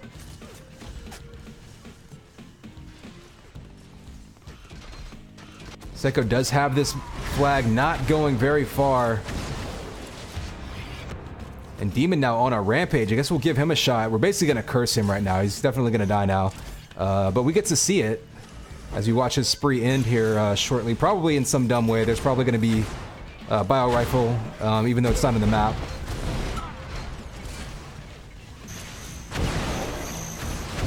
But the defensive Constable and Demon have been, so far, very solid. Seiko has had that flag in his hands a lot, but they've been doing a great job of backing up and cutting him off. Oh, the double kill coming out. Ooh, it's so much damage coming out there. Surprised he didn't get a multi out of that, but now he's going to have that shield belt on defense, just trying to cut off, and you see another score coming in as flag carriers pass each other.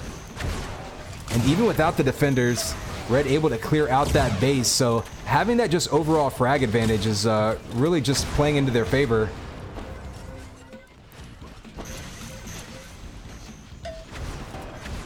Seiko's got that flag again. Actually, Demon missing all kinds of shots on him.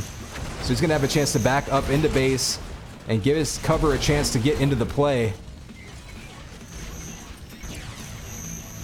Ooh, shots coming out. Just dodging them as Demon. Still hasn't seen the flag carrier, though, and he finally goes down. That's the end of his killing spree. I'm actually surprised he lasted that long with the camera on him. And Septos has this flag once again, and I don't think they know where he is. Oh, now they do. There we go. Rocket's taking him out. Amp is going to be up right alongside Shield Belt. Seko took the Amp. Probably going to go down here. Does end Fusion Spree. But he does go down. Didn't see. It looks like Blimpo took the shield belt. So this could be a dangerous spot for Blue as he's got 125 over 150. He is completely stacked, and he's going to want to grab this flag. Oh, he's even going to cover himself with some rockets. Might be waiting for some teammates to get in and distract for him so he can grab with armor. Decides to go in himself.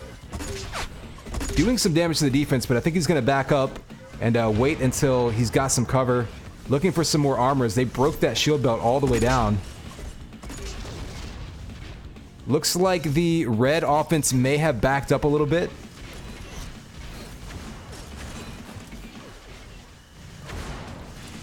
So Blimpo's going to go ahead and grab it. Not really much armor to work with. Sliding into the front of that base. Pistons out the front door. So interesting move there. Pistoning relatively low on health. Still going to be pistoning just back into his room. No real crazy moves there. Just great cover behind him. Able to walk it all the way back to base. However, he is running low on life. Waiting for some teammates to clear out the base. They do just that. Red team has been doing a great job of just out-fragging. Gets a kill of his own. Gonna have Kelly in his way. Flow there too. They're able to get that return though, and he slides in, and Blimpo with a hat trick now. Everyone getting in on the act. Give you a quick look at the scoreboard. We've got a bit of a lull. Yeah, you see Septos and Blimpo both with hat tricks. 12 returns for Constable. Him and Demon doing a great job on defense. You look at the blue squad, they've been getting the flag moving. Usually Psychomaniac, who, as we've seen all day, really likes to have that flag in his hands, but he hasn't really had... They've been a little bit out of sync. You look at that amp time, not really much of a difference. 5-2 shield belts, so that's definitely going to go into the favor of the red team, and of course they've been running so effectively in large part because you have that extra bit of shield belt that lets you do extra piston jumps, take extra damage, whatever the case may be. Always good to have that on your flag runner.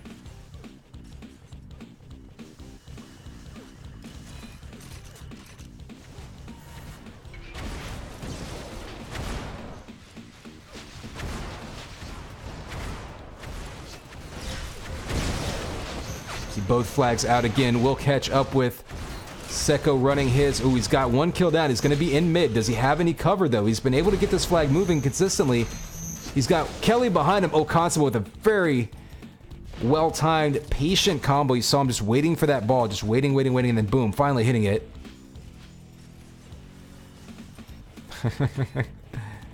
Zach's decided to join the party.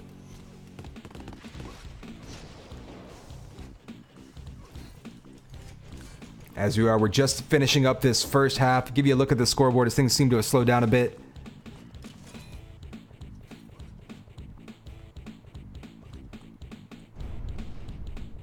So pretty big kills to deaths differential right now, and I think that's really what's going on. Red's offense, not only are they some of the best flag runners in the world, but they're pretty high on their frag power as well, and their defense has been able to hold it down. So that's kind of been what's giving them such a big advantage here. But we've seen the blue team has had that flag moving, just hasn't been able to put together a full run yet. And with 20 seconds left, looks like we're probably going to get into the halftime.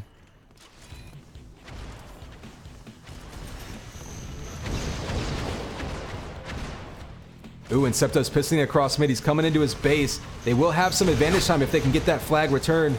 2 seconds left. Oh, that's going to go down. That might give it advantage time to the blue squad. So they're going to have a bit to run this flag. Let's see. Let's follow this red flag.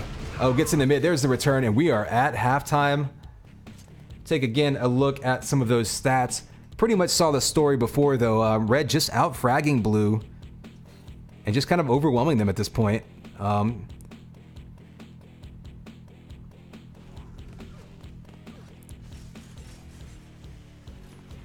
So what we're seeing right now is the red base going back into the second half.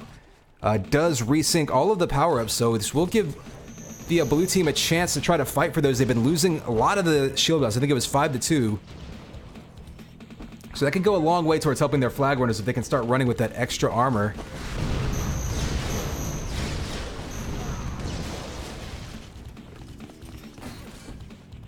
Oh, Kelly with the pickup right in the middle of 3 red. She's going to try to get her way into mid. Actually gets her some cover, shows up behind her, so if they can take out Constable, they may have a chance. The nice pickup there. Seiko underneath the flag right as it drops.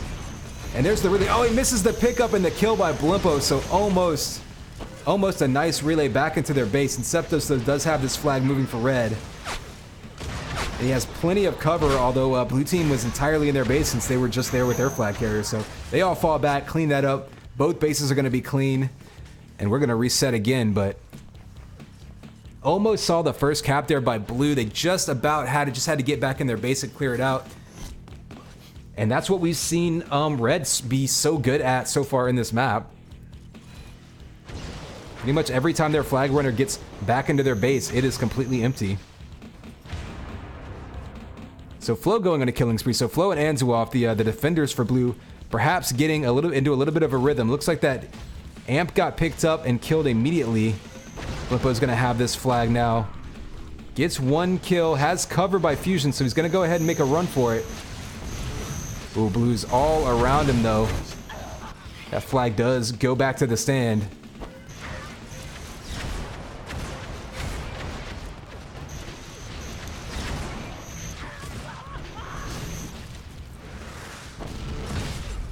We're seeing a relay here.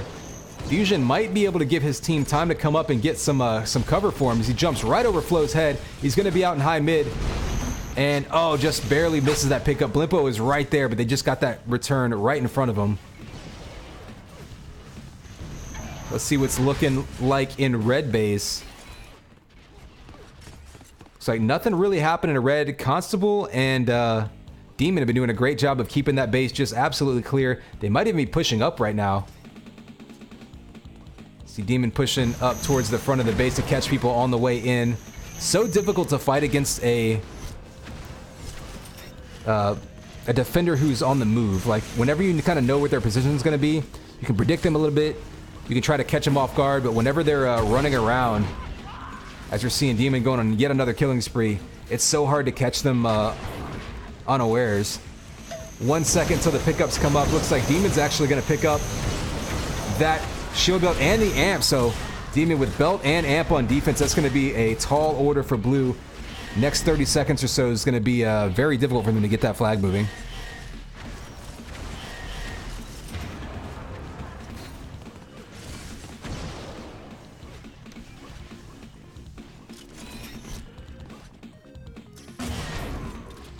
A nice sniper shot there, putting out all kinds of damage.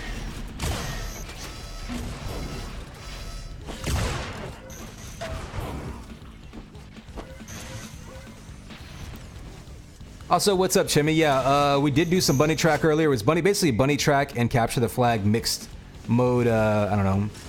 It wasn't really a tournament. It was 3 different teams just taking turns playing, basically. You know, whatever you can call it, a show match, exhibition, whatever.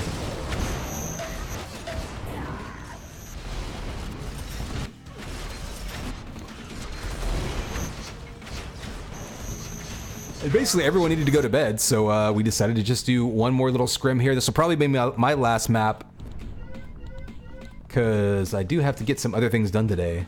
And we are on just past the 4-hour mark.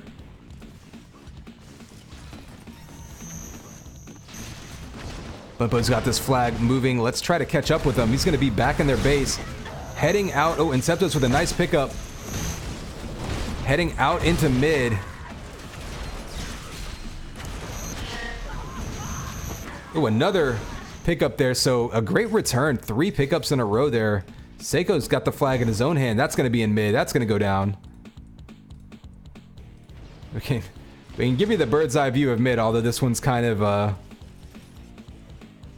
tricky to control. Nothing really going on there. We'll catch the blue flag.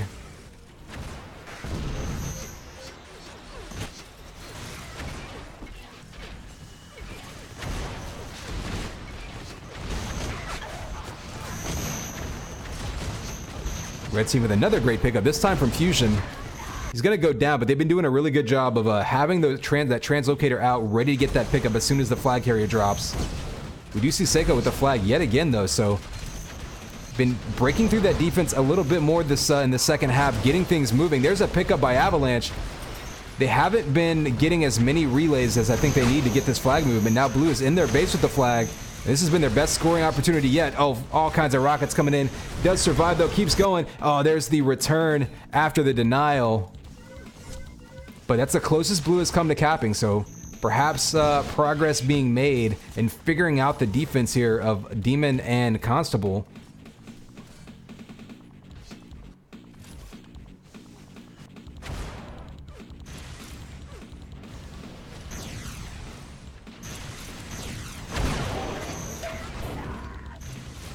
Looks like Belt is up right now. Demon's going to be able to steal that one and be back on defense yet again. Surprised to see how much of their defense taking that belt. Now that we have seen.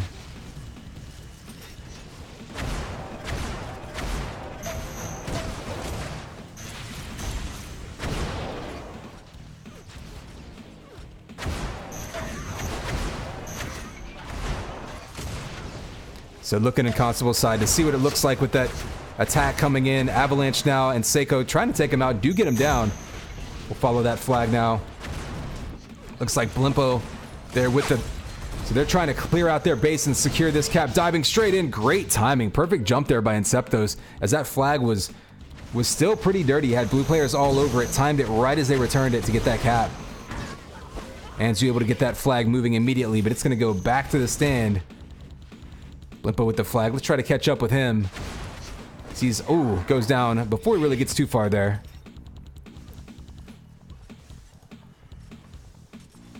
Inceptos coming in with the 150 armor. Looked like he probably got that shield belt. Will be interesting to see if he grabs. Oh, Blimpo with the telefrag up there on Flow. Dirty moves there by Blimpo. He's going to be out the door. Inceptos, remember, had that armor. You can pick him up if you can drop it near him. It's right behind him. He has that flag. Takes a ton of damage, though, so Blue collapsing all the way back. Avalanche is running the red flag. Meanwhile, we'll take a look at him. He's getting pushed back into his base, trying to get to that platform, or trying to get to that lift. Can't. So we'll follow Blimpo with the blue. Blue seems to be cutting them off a lot better. Cutting off the red flag carriers, that is, so... Having some trouble getting his way out to mid. Fusion trying to get as many kills as possible to clear a path. Gets a couple. That's going to make him... Or give him some room to get out to mid. Fusion, though, trying to catch up to that flag. It gets returned. Red flag's back on the stick. And both flags have been relatively stagnant here in the second half.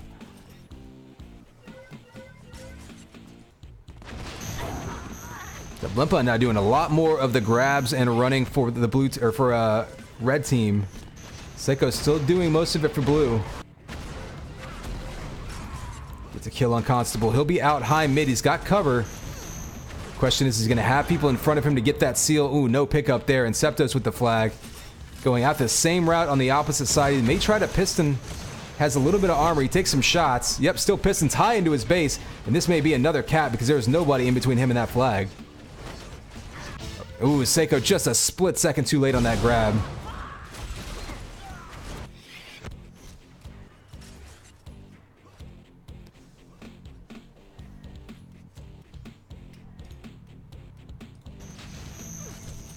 Got an amp run here by Kelly, finishing off this game.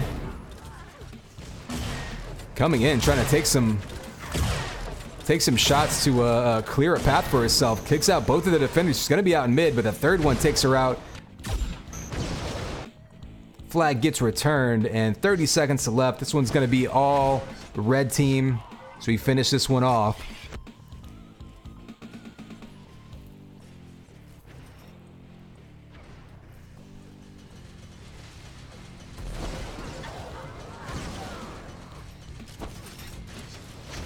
So both teams playing it all the way until the end. His flags are still going, and Seiko, once again with that flag in his hand. That's sort of been the story of the day for him, is just constantly running with that flag. You see 189 seconds of flag time.